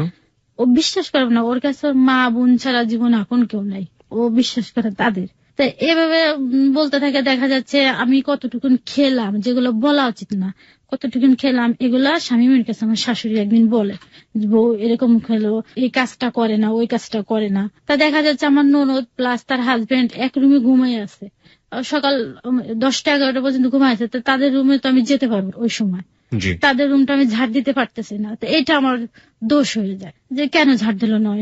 তাদের যে বলে যে তারা হাজবেন্ড ঘুমায় আছে, আমি কেন যাবো রুমটা, এটা তারা বুঝে না। ছোট ছোট বিষয় প্রিয় শ্রোতা, কিন্তু এই ছোট ছোট বিষয়গুলো জীবনের জন্য কখনো কখনো অনেক বড় ধরনের দাগ কেটে যেতে পারে, যেগুলো আপনি শেষ পর্যায়ে গিয়ে বুঝতে পারবেন যে আসলে জীবনটা ধীরে ধীরে কতটা জটিল হয়ে যায় এইসব ছোট ছোট বিষয়গুলো জমতে। তারপরে এভাবে যেতে থাকে, এভাবে বিভিন্ন কথা বলার দেখা যাচ্ছে। সামান্য সরিষার তেল নিয়েও দেখা যাচ্ছে আমার ননদ আমাকে অনেক বেশি কথা বলে। তা আমি ঘরের ভিতরে কান্নাকাটি করি এই নিয়ে, কেন বলে। তখন আমার একটা ফুফু শাশুড়ি মেয়ে থাকে, ও আমার কান্না দেখে কাঁদে যে ভাবি তুমি তোমার যে এত বেশি কথা বলে আমার খুব খারাপ লাগে। ওকে আবার আমি খুব আদর করতাম। এভাবে চলতে থাকে। যার এক পর্যায়ে একদিন হয়েছে কি, শামীম তো চলে আসে সিলেটে, ও থাকে একটা প্রাইভেট ক্লিনিকে চাকরি করে। একদিন হয়েছে কি, এক ধরনের মাছ আনছে যেগুলো আমি খাই না, কখনো খাই না ছোটবেলা। আমি এবার একটু বেছে বেছে খাই। কি মাছ? এটা বাইন জাতীয়, বাইনটা আমি খাই না।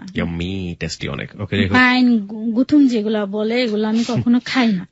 কারো কাছে এটা খুব মজার, কারো কাছে এটা খুব এগুলা নিয়ে আসে, এগুলো দিয়ে ও 3-4 প্রো করে তরকারি রান্না করে, কিন্তু আমি খাইনি। তা আমার শাশুড়ি প্লাস আমার হাজবেন্ডকে খাবার দিয়ে আমি না আমার রুমে চলে গেছি। রুমে যে ভাতটা নিয়ে গেছি, ভাত নিয়ে যে আমি স্রেফ মরিচ আর পেঁয়াজ দিয়ে খাওয়া শুরু করছি। আমি কিছু বলি না, যেহেতু তার সামনে খেলে হয়তো তার খারাপ লাগতে পারে, এর জন্য আমি কিছু নিয়ে নি। শামীম বলতেছে যে মুক্তি কই গেল। ওরা আবার ও দেশে ভাষা বেটি বলতো মেয়েদেরকে। হ্যাঁ, ওরা বেটি বলতো, কিন্তু এটা এদিক দিয়ে কিন্তু খারাপ ভাষা, কিন্তু ওদের দিকে মেয়েদের বেটি বলতো বা পুরি বলতো। এক দেশের বুলি আরেক দেশের গালি, একটা কথাই আছে। পুরি বলে ডাকতো বা বেটি বলে ডাকতো। বেটি দেখে দেখলাম কই গেল। তা শামীম উঠে যায়, দেখে কি যে আমি ভাত খাইছি। তা রাত্রে পুরি এরকম, ব্যাপারটা নিশ্চয়ই অনেক, এটা নিয়ে অনেক মজার জোকসও আছে। পুরি কিন্তু এক ধরনের খাবার, আপনার এটা নিশ্চয়ই আমি জানতে জানি, হোটেলে। হ্যাঁ, কিন্তু ওদের দেশে পুরিটা বেশি ব্যবহার করে, পুরি পোয়া, হ্যাঁ, ছেলেদেরকে পোয়া। এবং পুরি ওদের হোটেলগুলোতে গিয়ে মোটেও বলবেন না যে পুরি খাবো বা এরকম কিছু একটা। না, এখন তো আমি জানি, আগে তো ওগুলো জানতাম না। হ্যাঁ, অ্যাকশন এবং রিয়াকশন না, দুটোই হয়ে ওদের যাবে। কথাবার্তা অনেকে আমাদের এখান থেকে যদি কেউ গেছে কখনো বুঝতে পারে না, কথা বোঝে না, কিন্তু আমি তো সব বুঝি আস্তে জি, আস্তে। তারপর আমাকে বলে কি রাত্রে পানি গরম করে নিয়ে আসো যখন ঘুমোইতে যাবো তখন। তা আমাকে বলছে কেন, পানি গরম করে নিয়ে আসো, বলছি পানি গরম করে এনে দিছি মগে করে, এনে দেওয়ার পরে আমি বলছে হরলিক্সটা গুলাও। তো হরলিক্স গুলাইতে বলছে, আমি হরলিক্স গুলাইছি, গুলানোর পরে বলছে এটা খাও। তাই বলছি দেখো আমি তো গরম জিনিস যদি রাত্রে খাই আমার ঘুম এমনি কম, আমার ঘুম হবে না। Okay. তা আমাকে বলতেছে তোমার এটা খেতে হবে। তাই আমি বলছি দেখো আমি খাবো না, তো আমি রাত্রে এটা খাবো না, আমার তো পেট ভরা, এখন আমি কিচ্ছু খাবো না। তো এক পর্যায়ে তুমি খাবা না কেন? কে জোর করছে? আমার হাজবেন্ড। ওকে। কেন খাবা না এটা? আমি বলছি দেখো আমি রাত্রে যদি খাই আমার সারা রাত একটু ঘুমাইতে পারবো না। এটা বলার পর এক পর্যায়ে আমার একটা মুখে থাপ্পড় মারছে। থাপ্পড় মারার পরে কথায় না কথায় মানে খুব তুচ্ছ বিষয় নিয়ে গায়ে হাত হ্যাঁ, তুলতো। ওর একটা সমস্যা কি, ও একটু রাগী, কিন্তু ও আবার যে হাতটা বা হাত দিয়ে মারতো বেশি, বা হাতে প্রচন্ড শক্তি। এবার আমি বলছি তুমি আমার থাপ্পড় দিলে কি, আমি এটা খাবোই না। এটা বলার পরে কাপটা ধরে মানে ফেলে দিয়ে ভেঙে ফেলছে। পরে আমাকে 2-3টা থাপ্পড় দিলে। আমি বলছি দেখো এটা নিয়ে বাড়াবাড়ি করো না, আশেপাশে মা ওরা রয়েছে শুনতে পাবে। এটা বললে আমাকে আমার বাপ মা তুলে বকা দিয়ে ইচ্ছা মতন মার। আশেপাশে আমার শাশুড়ি ননদ টনদ আসছে, এটা না শুনে মিলে আমার শাশুড়ি বলে কেন বেটি কেন এত উচ্চস্বরে চিৎকার করে কেন, আর ননদ, আমার ননদটা শোনা নাই কিছু নেই, ও যে আমার মুখে গেছে মার নিয়ে গেছে, কি জিনিস সেটা? মার হাত নিয়ে গেছে আর কি মারার জন্য। আচ্ছা আচ্ছা। আমার এই ছোট ননদটা। উনি তো আপনার হাজবেন্ডের চেয়ে বয়সে ছোট ছিল না, আপনার হ্যাঁ, ননদ? দুইটা এই ননদ। ননদ আপনার গায়ে হাত তোলার জন্য গিয়েছে? হ্যাঁ, যে আমাকে বলতেছে শ্যাট আপ এরকম বলছে। বলার পরে এই জিনিসটা আমি কিছু বলিনি, আমি মারছে, প্রচন্ড ভাবে মারছে, আমার জায়গায় জায়গায় লাল হয়ে গেছে আর কি, মারির চোটে পরে আস্তে আস্তে ওটা কালো হয়ে গেছে। তা কালো হয়ে পরে এদিকে আমার দেবর 40 দিন যে একটা করা হয় না, মিলাদ দেয়, সেটার জন্য দেশের বাড়ি যেতে হবে। আমি তো তার সঙ্গে কথাবার্তা বলে স্বাভাবিক, কিন্তু বাড়িতে যা দেখে আমার মুখে দাগ, হাত পায়ে দাগ। তো ওরা জিজ্ঞেস করে ভাবি কি হয়েছে, আমার চাচা তো ননদ ওরা আমাকে খুব ভালো জানে, বাড়ির সবাই আমাকে খুব ভালো জানে। তা বলছে যে তোমার এখানে দাগ কেন? আমি বলছি কিচ্ছু না, এমনিতেই। তা আমি আর এটা বলি নাই। তা বাসায় এসে ওই জিনিসটা স্বামীর খুব লাগছে, যে আমি আমার বউকে মারছি, ব্যাস বলো কথা, তো তুই আমার ছোট বোন হয়ে কেন মার দিতে গেলি? ওই জিনিসটা ওই ধরছে, আমি তাকে কিচ্ছু বলিনি। তখন এটা ডেকে ওরা আমার শাশুড়িকে ডেকে বলছে আম্মা যে আমি মারছি, আফসানার তো উচিত হয়নি ওর গায়ে হাত তুলে যাওয়ার জন্য। তা আমার শাশুড়ি যে বুঝাইছে যে তোর তো আসলে জিনিসটা ভুল হয়েছে, তোর বড় বাবু তুই কেন গেছিস, তুই যে তোর বড় বাবুর কাছে ক্ষমা চা। তা বলতেছে আমি ক্ষমা চাইতে পারবো না। ও নুন যেটা আসছে, আসার পর নুনের ডেকে নিয়ে গেছে, এই তুমি এদিকে আসো, এটা আমার হাজবেন্ড, আমি যা বলবো তাই শুনবে, এটা বললো আর কি ওর হাজবেন্ডের কথা। তো এক পর্যায়ে কি বুঝাইছে ওর হাজবেন্ড প্লাস আমার শাশুড়ি কি বুঝাইছে, ওইটা যে ও যে আমার কাছে ক্ষমা চাবে না, এটার জন্য শামীম কাঁদছে, যে আমার ছোট বোন আজ আমার কথা শুনলো না, ও চোখ দিয়ে পানি বের করে ফেলছে, কাঁদছে শামীম। তারপরে তোমার বউ তোমাকে শিখাই দিছে কথাগুলো নাকি, আদৌ কিন্তু আমি কিছুই বলিনি তাকে। এটার জন্য পরে ও কি ভেবে বুঝানোর পরে আমার শাশুড়ি প্লাস নন্দ আমার কাছে ক্ষমা চাইছে। ক্ষমা চাওয়ার পর আমার শাশুড়ি বলছে যে ছোট মানুষ বুঝতে পারেনি, তুমি কিছু মনে করো না, তুমি ওর মাথায় হাত দিয়ে আদর করে দাও। আমি ঠিক সেটাই করলাম। করার পরে এটা নিয়ে এভাবে চলতে থাকে, কিন্তু আমার ননদ উঠতে বসতে আমাকে বিভিন্ন কথা শোনায়, আর আমার শাশুড়ি যে খাওয়ার খোটা দেয়, এটা সেটা করার পরে আমি চিন্তা ভাবনা করলাম যে আমি চলে যাবো এখান থেকে। স্বামীকে শুধু বললাম যে তুমি যদি ভালো চাকরি করতে পারো তাহলে আমি চলে যাই, চাকরি করে যদি আলাদা বাসা নিতে পারো তাহলে আমি আসবো, তাছাড়া আমি আসবো না। প্রিয় শ্রোতা, আমরা একটা বিষয় এখানে লক্ষ্য করলাম যে এমন একজন বাঙালি নারীকে আমরা পাচ্ছি একবারে শাশ্বত, বেশিরভাগ সময়ে যেটা আমরা দেখে থাকি, এটা কোনো হিন্দি সিরিয়ালের গল্প না, দিস ইজ রিয়েলিটি। এবং সে শিক্ষিতই হোক কিংবা মূর্খই হোক কিংবা অশিক্ষিতই হোক, যাই বলি না কেন, এই যে বউ শাশুড়ির যে দ্বন্দ্ব, এবং সেটা এক ধরনের বলা যেতে পারে যে ননদ থেকে শুরু করে হাজবেন্ড থেকে শুরু করে সবাই একটা এক পক্ষ হয়ে এই যে মেয়েদের উপরে কি বলা যেতে পারে ঘরের বউয়ের উপরে অত্যাচার, সেটা কিন্তু মানে ব্যতিক্রমী কোনো ঘটনা না। আপনি বাংলাদেশের গড়ে 10টা পরিবার সার্চ করে দেখেন আপনি মোটামুটি 8 থেকে 9টা পরিবারের একই কাহিনী আপনি খুঁজে পাবেন। যাই হোক, বরং না হওয়াটা একটু ব্যতিক্রম মনে হয়। আমরা সেরকমই একজন নারীকে আজকে পেয়েছি, যিনি গৃহে বিভিন্ন ভাবে মানসিক এবং শারীরিক টর্চারের শিকার হচ্ছেন। আমরা জানি না যে শেষ পর্যন্ত আমরা কোথায় গিয়ে দাঁড়াবো। হ্যাঁ, তারপর কি হলো? তারপরে এটা বলার পরে চিন্তা ভাবনা, স্বামী বললো যে ঠিক আছে তোমাকে রেখে আসি ঢাকায়। পরে আমরা রাত্রে আসার জন্য প্রস্তুতি হয়েছি। তারপর আমার শাশুড়ি দিনকে স্বামীর কাছে আমার কাছে বেশ কিছু নালিশ করলো যে বেটি এই কাজ করে না, এই কাজটুকুন করে, আবার এইটুক করে না, বেটি এই কয় বেলা খায়, এতটুকুন করে খায়, এরকম ইত্যাদি ইত্যাদি কথা বললো, যেগুলো হ্যাঁ এই কারণে বললো যেহেতু আমার ননদ আমরা একসাথে রয়েছি, আমি 2 মাসে টাকা দিতে পারছি, আমি 3.5 মাস ছিলাম আর 1.5 মাস দিতে পারিনি। এই কারণে বলছি যেহেতু টাকা দিতে পারতেছি না, তার জন্য আমাকে বললো একটা খরচ আছে না, একটা মানুষের খরচ আছে না, এই জন্য বলছে কথাটা। তাই আমি আসার সময় ওই ননদকে বলেও আসলাম যে আফসানা আমি যাচ্ছি। নন্দে বলতেছে ভাবি যদি কিছু বলে থাকে মাপটাপ করে দিয়ে, কিছু মনে করেন না। তা আমি কিছু বললাম না। আমি ঢাকায় এসে আমার ভাইয়ের বাসায় 2.5 মাস থাকি আর কি। তাই এই সুযোগে স্বামীর আবার একটা চাকরি হয়ে যায়। চাকরি হয়ে গেলে ও আবার এখানে ট্রেনিং দেয়, 15 দিনের জন্য ট্রেনিং এর জন্য আসে ঢাকায়। থাকার পর ওর যে ইটা দেয়, যেখানে জবটা দেয়, এটা হচ্ছে মৌলভীবাজার। তো ও ওইখানে জব করা শুরু করে। তাই এক বাসা নেয় একটা। তারপরে আমাকে বললো যে ঠিক আছে তোমাকে নিতে আসবো, আমরা বাসা নিছি। ও আমাকে যেতে বললো, আমার ভাই আমাকে গাড়িতে উঠায় দেয়, আমি চলে যাই। পরে আমাদের যে আসবে মালটাল ছিল ওটা নিয়ে আমরা একটা ট্রাকে করে মৌলভীবাজার রাত্রে চলে আসি। চলে আসার পরে এই যে মৌলভীবাজারে শুরু হয় আমাদের।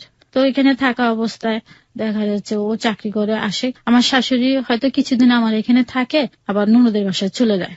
আমার এই ননদের বিয়ের পর থেকে, বিয়ে হয়েছে 8 বছরের মতো, এই 8 বছরের মধ্যে আমার শাশুড়ি ওইখানে থাকে বেশি। কারণ ওনার মেয়েকে নাকি উনি প্রচন্ড ভালোবাসে। ওনার মেয়ে নাকি কিচ্ছু বোঝে না, আমার শাশুড়ি মেয়েটা কিচ্ছু বোঝে না, নাকি একদম ছোট, এটা আমার শাশুড়ির ধারণা। কিন্তু তার একটা বাচ্চা আছে। এইভাবে যায়, কিন্তু আমার শাশুড়ি বাসায় থাকে না। স্বামী সকালে চলে যায় আর রাত্রে আসে, কোনোদিন লাঞ্চ টাইমে আসে আবার চলে যায়। এবার রাত্রে আমি প্রায় 10টা থাকি, কিন্তু বাড়িওয়ালারা খুব ভালো, আমাকে খুব ভালো জানে। তাই এই সময় যেতে যেতে যেতে একসময় আমি কনসেপ্ট করি আর কি। বিয়ের কত মাস পর? এটা হচ্ছে বা কত বছর পর? 2.5 বছর তো হবে। বিয়ের 2.5 বছর পরে 2010-এ। ওকে, বিয়ের 2.5 বছর পরে আপনি কনসিভ করলেন। হ্যাঁ, কনসেপ্ট করার পরে এটা স্বামী প্রথম দিকে এটা মেনে নিতে পারেনি। এটা বললো কি যে তুমি একটা কি বিপদে ফেলতেছো আমাকে। তাই আমি বলছি কি কেমন কি বিপদে, সব বাবারা খুশি হয় আর তুমি এখানে এরকম কথাটা আমাকে কেন বলছো। তো এক পর্যায়ে আস্তে আস্তে কিন্তু এটা মেনে নেয়, ও খুব খুশি যেহেতু বাচ্চা। দেখতে আমার পরীক্ষার জন্য প্রস্তুতিও নিতে হবে, ফাইনাল পরীক্ষা শুরু হয়ে যাবে। কি পরীক্ষা ওটা? আমি মাস্টার্স ফাইনাল দিব তখন। ওকে। এবার যেতে থাকে, তা আমি ঢাকায় আসি যাই, একাই আসি, যে আমাকে গাড়িতে তুলে দেয়, আসি আবার যাই রেজিস্ট্রেশন করার জন্য, ফর্ম ফিল আপ করার জন্য বারবার আসতে হয়, যেতে হয় আমাকে। ওই অবস্থায় আমার দেখা যাচ্ছে আমি সারাদিন কিছু খেতাম না, ওই অবস্থায় খেতে পারতাম না। কিছু খেলে একটু পানি খেলে আমি বমি করে ওটা ফেলে দিতাম। আর স্বামী চলে যেত সকালে, আর আসতো 8টা বেজে যেত, 8টা-9টা বেজে যেত। তো আমাকে দেখাশোনার জন্য কেউ থাকে না। তা বাড়ি এলি, তারপরে বাড়ি এলির যে জাটা ছিল ওরা আমাকে খুব কেয়ার করতো, যে তুমি কি করতেছো, কি খাচ্ছ, এই সময় তোমার কাছে একজন লোক থাকা উচিত, তোমার শাশুড়ি তো থাকতে পারে, এটা আমাকে বলে। তা আমি তাকে বলি কি যে আমার শাশুড়ি তো আসলে আমার ননদের বাচ্চার জন্য মায়া বেশি, ওইখানে থাকে, এটা বলে কাটিয়ে দিতাম।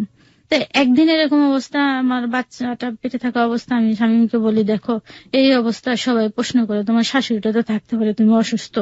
এটা বলাতে স্বামী খুব রাগ করে যে কেন আমার মার কথা তুমি এগুলো বলবা, আমার মার যেখানে ভালো লাগে সেখানে থাকবে। তো এটা নিয়ে আমি কিছু বলি না, এভাবে যেতে থাকে। তা যখন আমার 5 মাস এভাবে চলে আসে, তা তখন আমি ফাইনাল পরীক্ষা শুরু হয়ে যায়।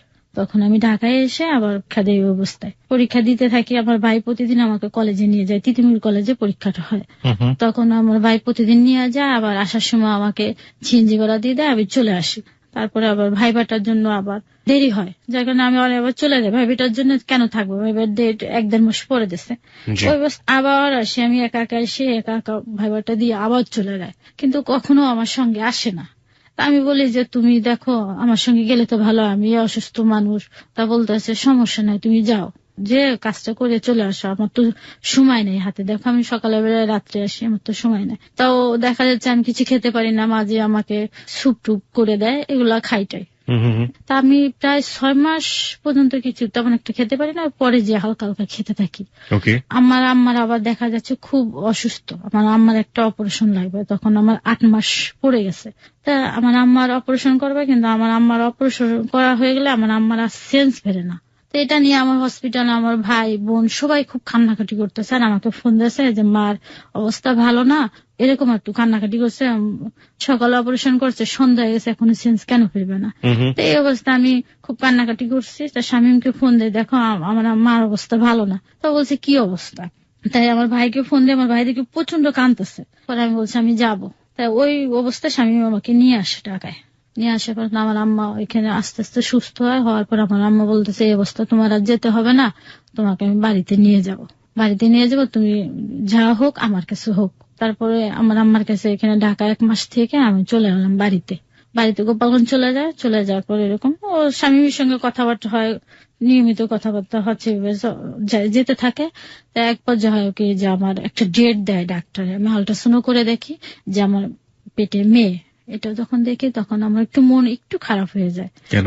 এই জন্য খারাপ হয় যে একটা ছেলে হলে মনে হয় প্রথমে ভালো হইতো। এটা আপনার মানে ব্যক্তিগত ফিলিংস? হ্যাঁ এটাই, কিন্তু মনে অত না, এমনি একটু খারাপ লাগছে যে ছেলে হলে প্রথমে একটা ভালো হইতো, এটাই। তারপরে আল্ট্রাসাউন্ড আমাকে একটা ডেট দিয়ে দিল, আল্ট্রাসাউন্ড একটা ডেট দিল, আর ডাক্তার আমাকে একটা ডেট দিল, 2টা ডেট পড়লো। তা ডাক্তারের ডেট মতন আমার বাচ্চাটা না হয়ে আমি দেখা যাচ্ছে সময় পার হয়ে গেছে, ডাক্তারের ডেটটা চলে যাওয়ার পর আমার তেমন একটা খারাপও লাগে না কখনো। আর এভাবে খারাপ না লাগার কারণে আমার আম্মা বলতেছে কি যে ডেটটা চলে গেল, তাহলে তোমাকে আবার আল্ট্রাসাউন্ড করাই। ঠিক করা হলো যে কালকে যে আল্ট্রাসাউন্ড করবো। হঠাৎ করে আমি কাগজগুলো বের করলাম, ডাক্তারি কাগজগুলো বের করার পরে দেখি কি যে আবার ডেলিভারির ডেটটা সামনে রয়েছে। এটা যখন দেখি তো আমার আম্মাকে বলে মা আমি যেতাম না, যেহেতু সামনের ডেট আছে আমি যাব না এখন। তা এই জন্য যেতে চাইনি, আমার না লজ্জা করতো বাইরে বেরোতে, ওই অবস্থা রাস্তাতে যাবো এটা আমার খুব লজ্জা করে এটার জন্য। তা এভাবে আমি বাড়ির থেকে বাসাতে বেরোতাম না, যে সারাদিন শুয়ে বসে এভাবে কাটাইতাম। তাই এক পর্যায়ে দেখা যাচ্ছে সেপ্টেম্বরের 4 তারিখে রাত্রে আমার প্রচন্ড পেইন ওঠে। পেইন ওঠার পরে 4 তারিখে রাত্রে হালকা হালকা 5 তারিখ সারাদিন এরকম চলে যায়। পেইনটা এরকম দিন যখন যায়, সারাদিন সারা রাত পেইন হতে থাকে, সকাল 10টার পরে আমার পেইনটা কমে যায়। তো আমাদের একটা নির্ধারিত নার্স রাখা ছিল, আর গ্রামের দেশে বলে না দায়ী, এই 2টা রাখা ছিল। তা তারা আমার সঙ্গে সঙ্গে থাকে। তাই পেইনটা সকাল 10টা পর্যন্ত আস্তে আস্তে কমে গেলে পরে 15-20 মিনিট পরে যে আমার এক প্রচন্ড পেইন ওটা, যেটা আমি সহ্য করতে পারি না। তখন এটা জানার পর আমার ভাইকে ফোন দেওয়া হলো, ঢাকায় থাকে ভাই। তো ভাইকে ফোন দেওয়া হলো, আমার ভাইয়ের মাকে পর্যায়ে বললো তুমি এখন ওকে নিয়ে বসে আছো কেন, ক্লিনিকে নিয়ে যাও না কেন। তখন আমাকে ক্লিনিকে নিয়ে যাওয়ার পর দেখি পেইনটা কমে যায়, কিন্তু আবার 15-20 মিনিট পর ওঠে, এত পেইন ওঠে যে আমি সহ্য করতে পারি না। এভাবে যেতে থাকে। ডাক্তার আল্ট্রাসাউন্ড করে দেখে যে আমার পেটের মধ্যে আমার বাচ্চাটা মারা গেছে। তো এটা আমাকে আর জানানো হয়নি। এটা যখন আমাকে জানায়নি, এটা আমার ভাইয়ের কাছে ফোনে জানাইছে, আমার আম্মা ওদের সবাইকে জানাইছে, কিন্তু আমাকে আর জানায়নি। না জানার পর আমি তো জানি যে আমার বাচ্চাটা হবে। তো ওই যে 4 তারিখে রাত্রে পেন হচ্ছে, 5 তারিখ সারাদিন চলে গেছে, আমার পেটের মধ্যে মৃত বাচ্চাটা রয়ে গেছে। এদিকে শামীমকে ফোন দেওয়া হয়েছে, তো শামীম আবার 5 তারিখে রাত্রে রওনা দিছে। তার আগে আমি বারে শামীমকে বলছি দেখো আমার সময় যখন কাছে আসবে, ডেলিভারির সময়টা তুমি আমার কাছে থাকবা, যেহেতু তোমাকে দেখলে আমার অনেকটা সাহস থাকবে, এরকম আমি তাকে সবসময় বলতাম। তারপর যে ও আমাকে বলে তুমি কখনো সিজার করবা না, এটা বলতো। যাতে আমার এই চিন্তা ভাবনা কাছে সিজার করতে নিষেধ করছে, তা ওর কথা আমি পালন করি। কেন বলতো সিজার করবো না? বলতো যে পরবর্তী তোমার সমস্যা হয়ে যাবে, তুমি নর্মালে বাচ্চাটা হওয়ার চিন্তা করবা। আচ্ছা, পরবর্তীতে বেবি নিতে সমস্যা হবে, অন্য কোন সমস্যা হতে পারে, এই জন্য আমাকে বলছে তুমি নর্মালে বাচ্চাটা হওয়ার চিন্তা করবা, সিজার করবা না। আচ্ছা প্রিয় শ্রোতা, এখানে আমি একটু বলতে চাই যে ওনার হাজবেন্ড শামীম যেটা বলেছে সেটা ডাক্তারি ভাবে সত্য না মিথ্যা সেটা আমরা জাজমেন্ট করিনি, এটা তার ভাষ্য ছিল। সুতরাং যারা সিজারিয়ান বেবির কথা চিন্তা ভাবনা করছেন তারা এরকম নেগেটিভ ভাবে কোনো কিছু চিন্তা ভাবনা করবেন না। ইস দেয়ার ভার্স, এটা তারা ভাবে চিন্তা করছে, এটা তাদের চিন্তা ভাবনা, এটা ডাক্তারি ভাবে সত্য কি মিথ্যা এটা আমরা যাচাই করে দেখতে চাইনি। হ্যাঁ, তারপর ওই দিনকে পার হয়ে যায় 6 তারিখের রাত। আমার এত কষ্ট হয়েছে, আমি সারা 2 দিন কিচ্ছু খাই না, শুধু একটু পানি খাই, ওটা বমি করে বের করে দেয়। আমি 2 রাত 2 দিন কিচ্ছু খাইনি। এবার আমার কষ্ট হতেই থাকে। তাই এটা দেখে আমার আম্মা সহ্য করতে পারে না। আমার সহ্য করতে না পারে কি যে তুমি আমার মেয়েকে বাঁচাও, আমি যদি আমার মেয়ে বেঁচে থাকে আমি ভবিষ্যতে আমার মেয়ে বাচ্চা পাবে। এটা বলে তো আমার মেয়েকে বলছি যে সিজার করে ফেলো। তো এটা বলার পরে তখন নার্স বলছে না সিজার করা যাবে না, আমার সমস্যা আছে এখন। কেন সমস্যা?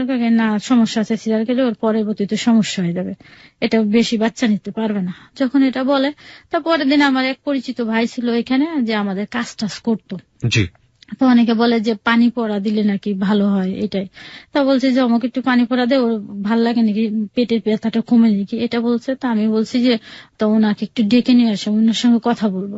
তো ডেকে আসলে আমি বলছি যে ভাই দেখেন, আপনি দেখেন তো পানি পড়া দিলে আমার পেনটা কমে নাকি। তা ও তখন আমাকে বলে যে তোমার বাচ্চা তো মারা গেছে, তো তুমি এখন পানি পড়া দিয়ে কি করবা। যখন আমাকে কিন্তু জানানো হয় না, তখন ওটা শুনে আমি খুব কান্নাকাটি করি, এক পর্যায়ে প্রচন্ড কান্নাকাটি করি, কেন আমাকে জানানো হয়নি। তখন আমি চিন্তা করি যেহেতু আমি আর সিজার করতাম না, এটা যেভাবে হোক নর্মাল হোক। বহুত কষ্টে ওটা আমাকে নর্মালে ডেলিভারি করাতে আর পারে না। তখন স্বামী ক্লিনিকে ও আসে, যখন আমি দেখে যে আর সহ্য করতে পারি না, সিজারের জন্য ওটিতে নিয়ে গেছে, তখন আমার বাচ্চাটা নর্মালি ডেলিভারি হয়ে যায়। ওটিতে যাওয়ার পরে নরমালি ডেলিভারি হলো। ওকে। হওয়ার পরে পরে বাচ্চাটা দেখে সবাই খুব কাঁদছে, আমার হাজবেন্ডও খুব কান্নাকাটি করে। তা আমাকে বাচ্চাটা দেখাবে না, আমি বললাম যে আমাকে একটু দেখাও। তখন আমাকে একটু দেখায়, সবাই বলে যে তোমার ভুলের জন্য বাচ্চাটা আজ মারা গেল, আপনাকে ব্লেম করা হলো। পারিবারিক ভাবে যতগুলো ভুল হচ্ছে সবগুলোর জন্য আপনাকেই ব্লেম করা হচ্ছে। এটাই। আপনার ভুলটা কি বলতো ওরা এই বাচ্চাটার জন্য? যে আমাকে বলছে যে তুমি সিজার করলে তো বাচ্চাটা পাইতা। তা আমি বলছি যে সিজার আর আগে যে সিজার করবো, আমার যেহেতু কোন রকম খারাপ লাগেনি কখনো, এই জন্য আমি বুঝতে পারিনি। আর আমার এই ধারণাটা কম ছিল। তা আমার আম্মা শুধু বলে তোমার ওই দিনকে আল্ট্রাসাউন্ড করতে নিয়ে যেতে চাইছি, তুমি কেন গেল না। তা আমি বড় চিন্তা করে দেখলাম আসলে এটা আমারও তো ভুল। আমি যদি আল্ট্রাসাউন্ড করে দেখতাম আমার বাচ্চাটা কি পজিশনে আছে, তাহলে তো আমি করতে পারতাম যাই হোক একটা। তখন বলে যে বাচ্চাটা যেরকম হয়েছে এটা আসলে এরকম বাচ্চা আমরা কখনো দেখি নাই, খুবই সুন্দর হয়েছে নাকি বলে। বেবিটাকে কি করা হয়? বেবিটাকে দাফন করানো হয়। তখন পারিবারিক ভাবে আপনারা দাফন করেন? ওকে। আমার ছোট ভাই আর আরেকটা ভাই ছিল, এরা দুজন দাফন করে। এভাবে যাই, আমি তো অসুস্থ থাকি, 1 সপ্তাহ 1.5 সপ্তাহ থাকে। তখন ছিল ঈদ, আবার ঈদের সময় ছিল।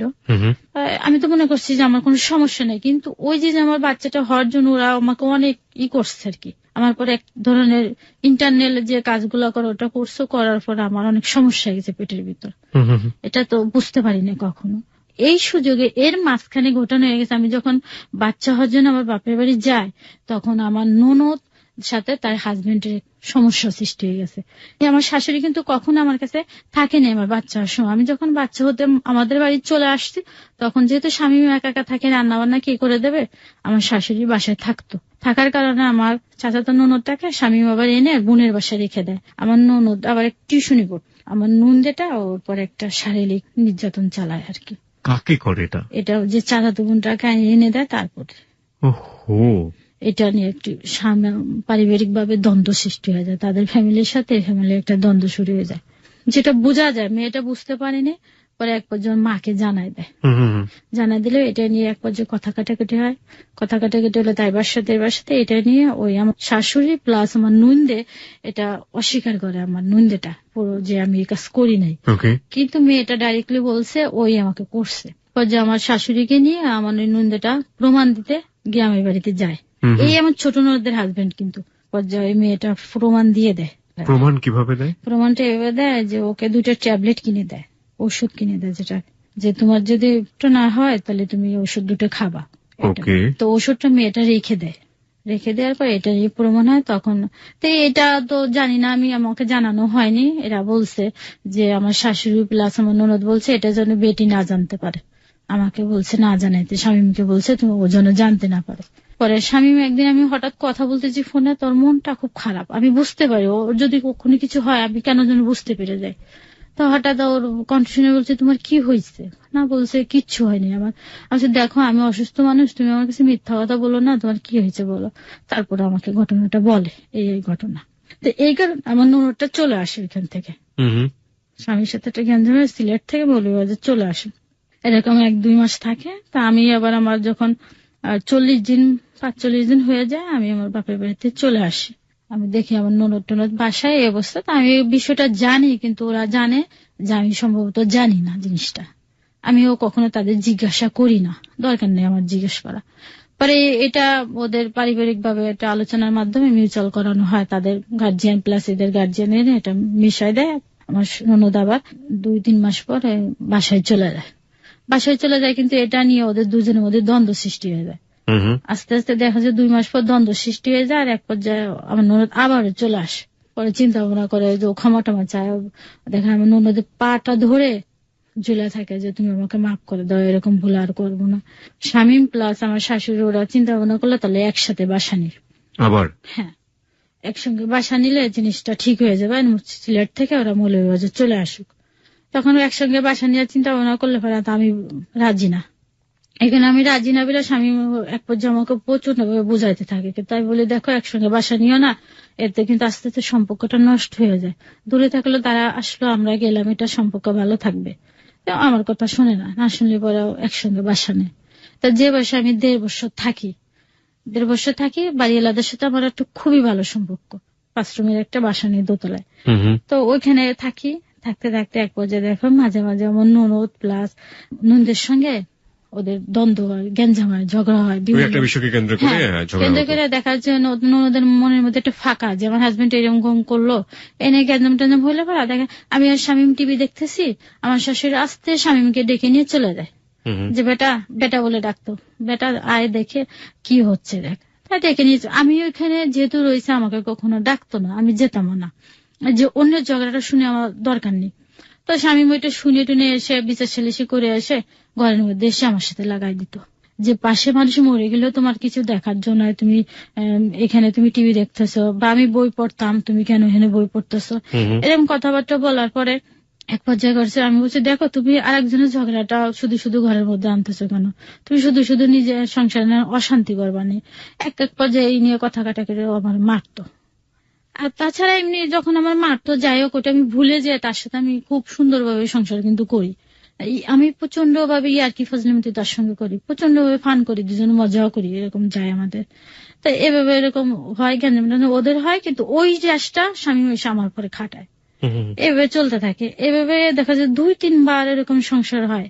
তা আবার একদিন ওরকম যে ওদের দুজনের মধ্যে গ্যাঞ্জাম হয়েছে স্বামী স্ত্রীর মধ্যে, ওইরকম আমার শাশুড়ি আবার স্বামীকে ডেকে নিয়ে গেছে, ডেকে নিয়ে যাওয়ার পরে আমাকে আর বলিনি ওই বিষয়টি নিয়ে। আমার হাজবেন্ড আবার আমাকে মারছে, মারার পরে এখন আমার ননদ চিন্তা করছে তার হাজবেন্ডকে ছেড়ে দেবে, তার সংসার আর করবে না। পরে তার ওর হাজবেন্ড চলে যাওয়ার পরে এই তো কি ঘুমের ট্যাবলেট খাইছে, কি জানি কি কি খেয়ে দে অস্থির, এখন সে বউ ছাড়া বাঁচবে না, এটা ইত্যাদি ইত্যাদি। প্রায় 10-12 দিন ভিন্ন রয়েছে জামাই থেকে, কিন্তু জামাই পাগল হয়ে গেছে বউকে নেওয়ার জন্য। এইভাবে করার পরে তার লোকজন ডাকানো হয়েছে, যে একটা সালিশি বিচার যেটাকে বলে। সেই ঘটনার সাথে কি আপনার ঘটনার কোনো রেশ বা কোনো যোগাযোগ আছে? আচ্ছা, ঠিক আছে।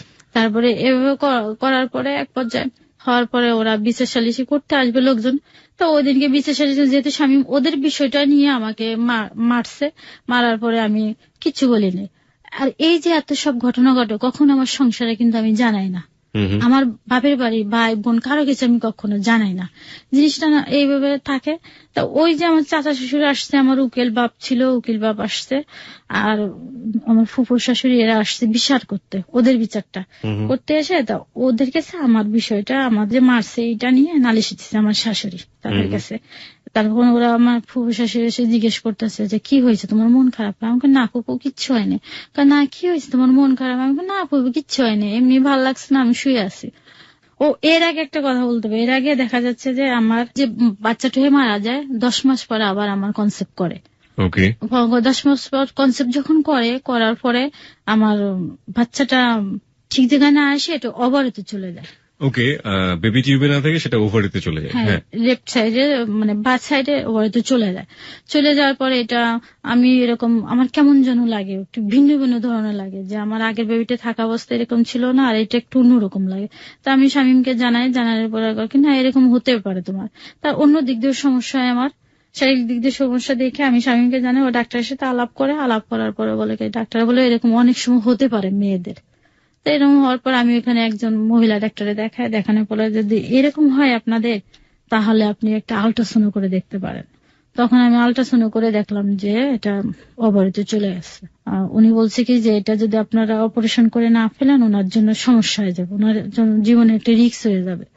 তখন এটা আমার ভাইয়ের সঙ্গে ফোনে আলাপ করলাম, যেহেতু আমার ভাই হসপিটালে চাকরি করেন, ওনাকে জানানো হলো। জানানোর পরে ঠিক আছে তো ওকে নিয়ে আসো, এটা আমরা ল্যাপারোস্কোপি করে ঠিক করব। তা ওই দিনকে রাত্রে আমি তো খুব কান্নাকাটি করলাম যে আমার ভাগ্যটা এতই খারাপ যে আমার বাচ্চাটা হয়ে আবার নষ্ট হয়ে গেল, আবার এই একটা এরকম, আমি খুব কাঁদতেছি। তো কান্নাকাটি করার পরে রাত্রে গাড়িতে আমরা চলে আসলাম ঢাকায়। মানে এই হসপিটালে ক্লিনিকে টেস্টের জন্য আমাকে সারাদিন ওই অবস্থায় দৌড়ে পড়ে রাখা হলো। আপনি ঘটনাটা যে জায়গাটা ছেড়েছিলেন ওখানে কিন্তু আবার ফিরে যেতে হবে। হ্যাঁ, তাই এটা এইভাবে করতে থাকার পরে আমাকে ডাক্তার বললো যে এখানে এসে আবার 2টা টেস্ট করা হলো, আবার আল্ট্রাসাউন্ড করা হলো, যে ওই রিপোর্টটা হয়তো ভুল হতে পারে। পরে দেখে না যে একই সমস্যাটা একই। তা বলছে দেখি আমরা ল্যাপারোস্কোপি করে এটা ঠিক করাতে পারি কিনা। তা যে পজিশনে আছে এটা ল্যাপারোস্কোপি করানো যাবে না।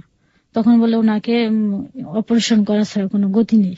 তখন ওরা বললো যে ঠিক আছে রাত্রে আমরা অপারেশন করে চিন্তা ভাবনা করবো, যদি ওনার সন্ধ্যার সময় প্রচন্ড পেইন হটে তাহলে কিন্তু অপারেশন করতেই হবে। তা ঠিকই আমি সারাদিন ওই যে বসে থেকে টেস্ট করানোর পরে দেখি সন্ধ্যার পরে আমার প্রচন্ড পেইন যে আমি সহ্য করতে পারতেছি না। তারপরে রাত্রে 8টার দিকে আমার অপারেশন হয়ে যায়। অপারেশন হয়ে যাওয়ার পরে আমার বাঁ সাইডের টিউব একটা ফেলে দেওয়া হয়। একটা টিউব ফেলে দেওয়া হলো? হ্যাঁ, একটা টিউব ফেলে দেওয়ার পরে তারা ডাক্তারের তত্ত্বাবধানে থাকি কয়েক মাস পর পর, 1 মাস পর পর না ডাক্তার দেখাতে হয় আমাকে। তো এইভাবে আমি 15 দিন থাকি। আর এর আগে আমি অনেক আগে কলেজের চাকরির জন্য ভাইবা দিয়ে আসছি। তা যেদিন অপারেশন করাবো 4 তারিখে সেপ্টেম্বরের 4 থেকে 2011 সাল ছিল এটা। তখন ওই দিনকে আমার ফোন আসছে আমার চাকরিটা হয়ে গেছে, কলেজের চাকরিটা হয়ে গেছে। তখন স্বামী ফোন দিয়ে তাদেরকে জানায় দেখেন উনি তো একটু অসুস্থ, হসপিটালে আছে, ওনার একটা অপারেশন হয়েছে, ওনাকে একটু সময় দেন, সামনের মাসে যে উনি জয়েন করবে। তো ওরা কথাটা মেনে নিল আর কি। তারপরে আমার তো অপারেশন হয়ে যায়, তাই একদিন চাকরির জন্য বারবার ওরা ফোন দেয় ওইখান থেকে, কলেজ থেকে। তা আমাকে 15 দিন পর আমাকে ঢাকার থেকে নিয়ে যাওয়া হয়, স্বামী এসে আবার নিয়ে যায়। ওই আমাকে ডাক্তার বললো 3 মাস রেস্টে থাকতে, আমি কিন্তু কোনো রেস্টে নাই। ওদিনকে যে আমি রাতের থেকে রান্না শুরু করি ওই অসুস্থ শরীরে। এভাবে যেতে থাকে। তাই একসঙ্গে যেহেতু আমাদের বাসা, আমার শাশুড়ি করতো কি দেখে যে বউটা কিছু করতে পারে না অসুস্থ শরীরে, আমার শাশুড়ি আমার সংসারে একটা কাজও কখনো করতো না। আর আমার শাশুড়ি সব খুঁটিনাটি সব কাজ আমার ননদের সংসারে করে দিত, সব এভরিথিং। সকালে ঘুম থেকে উঠে তার রান্নার থেকে করে তার পোশাক আশাক সব, তার বাচ্চা লালন পালন খাওয়া, আমার নুনদের পোশাক আশাক পর্যন্ত সে পরিষ্কার করে দিত আমার শাশুড়ি। তো আমার সংসারে একটা কাজ করতো না। তো এইভাবে আমি একদিন স্বামীকে বললাম দেখো আমি অসুস্থ শরীরে এরকম কাজ করি, আমি তাকে এভাবে বলিও নেই। তা বলছে আস্তে আস্তে করো কাজগুলো। তো এভাবে যখন আমার ওই যে সে আগের জায়গাটা যেতে হবে, তাদের হাজবেন্ডের মধ্যে এরকম গ্যাঞ্জাম ছাড়াছাড়ি হয়ে যাবে। তো 2 পক্ষের লোকজন আসিয়া যখন এই জিনিসটা মীমাংসার জন্য বসলো, তখন আমার যে আগে রাত্রে মারলো স্বামী, তাদের বিষয়টা নিয়ে এটা তখন তারা জানলে পরে আমার চাচা শ্বশুর এসে জিজ্ঞেস করলো যে বউ তোমার কি হয়েছে। আমি না চাচা যান কিচ্ছু নেই, সালাম টালাম দেওয়ার পরে তারা আসলো, আমি চাটা করে দিলাম। চা করে দেওয়ার পরে উকিল বাপটপ সব জিজ্ঞেস করলো। এক পর্যায়ে করলো যে তোমাদের একটা বিচার করতে এসে আমাদের আরেকটা বিচারের কথা শুনতে হচ্ছে। আমি কে দিচ্ছে আপনাদের কানে এগুলা, আমি তো আপনাদের কিচ্ছু বলিনি। ও করতো কি একটা রাগ করে আমার মারধর করে কখনো রুমে থাকতো না, আমার শাশুড়ি রুমে যে ঘুমাইতো সবসময়ের জন্য। আমার শাশুড়ি রুমে যে 3 দিন ঘুমায়। তারপর শাশুড়ি বলছে যে তুমি এক জায়গায় ছেলেটা এক জায়গায় কেমন দেখায়, তুমি তোমার জামাইকে নিয়ে আসো। একটা সমস্যা কি ছিল যে আমার হাজবেন্ড হাজার অন্যায় করবে কখনো স্বীকার করে না যে আমি অন্যায়টা করছি। বলে কি আমি যেটা করছি সেটাই রাইট। তারপরও যে সে আলাদা ঘুমোচ্ছে তার পায়ে ধরে আমাকে আনতে হবে, ওদের রেওয়াজ হলো এটা। আমার শাশুড়ি বলতো কি যে বেটা মানুষ হাজার অন্যায় করবে, তুমি তার পায়ে ধরে নিয়ে আসবে ঘরে। তারপর আমার ফুফু শাশুড়ি এসে বললো যে যাও তুমি বেটাকে নিয়ে আসো, যেহেতু ওই রুমে কেমন লাগে।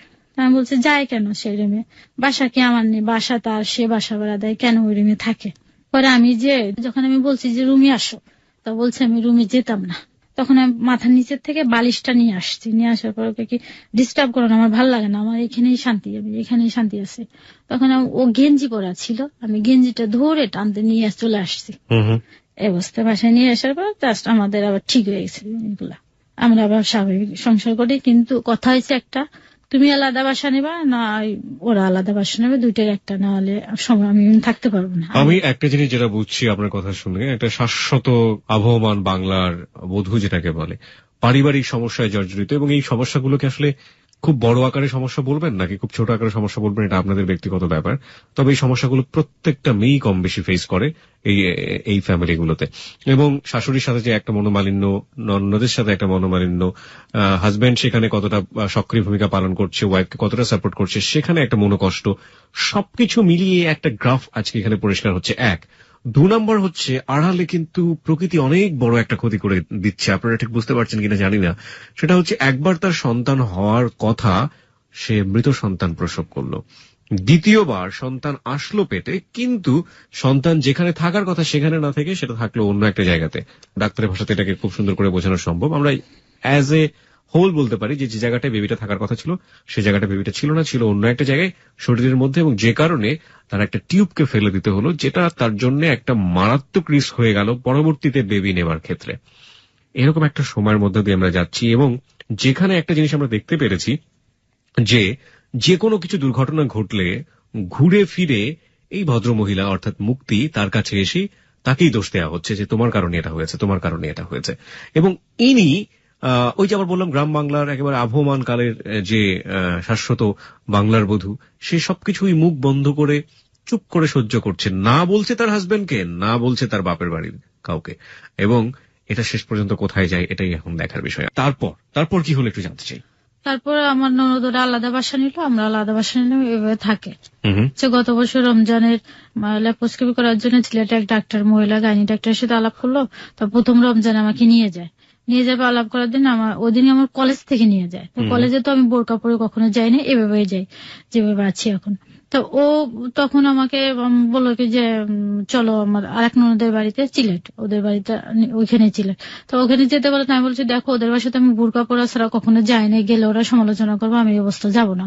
তো এক পর্যায়ে কেন যাবে না তুমি? তার বলছে এই অবস্থা যা ঠিক হবে না। তারা বলছে কি ঠিক আছে তুমি না যাও, আমি যাবো, তোমাকে আমি গাড়িতে তুলে দিই।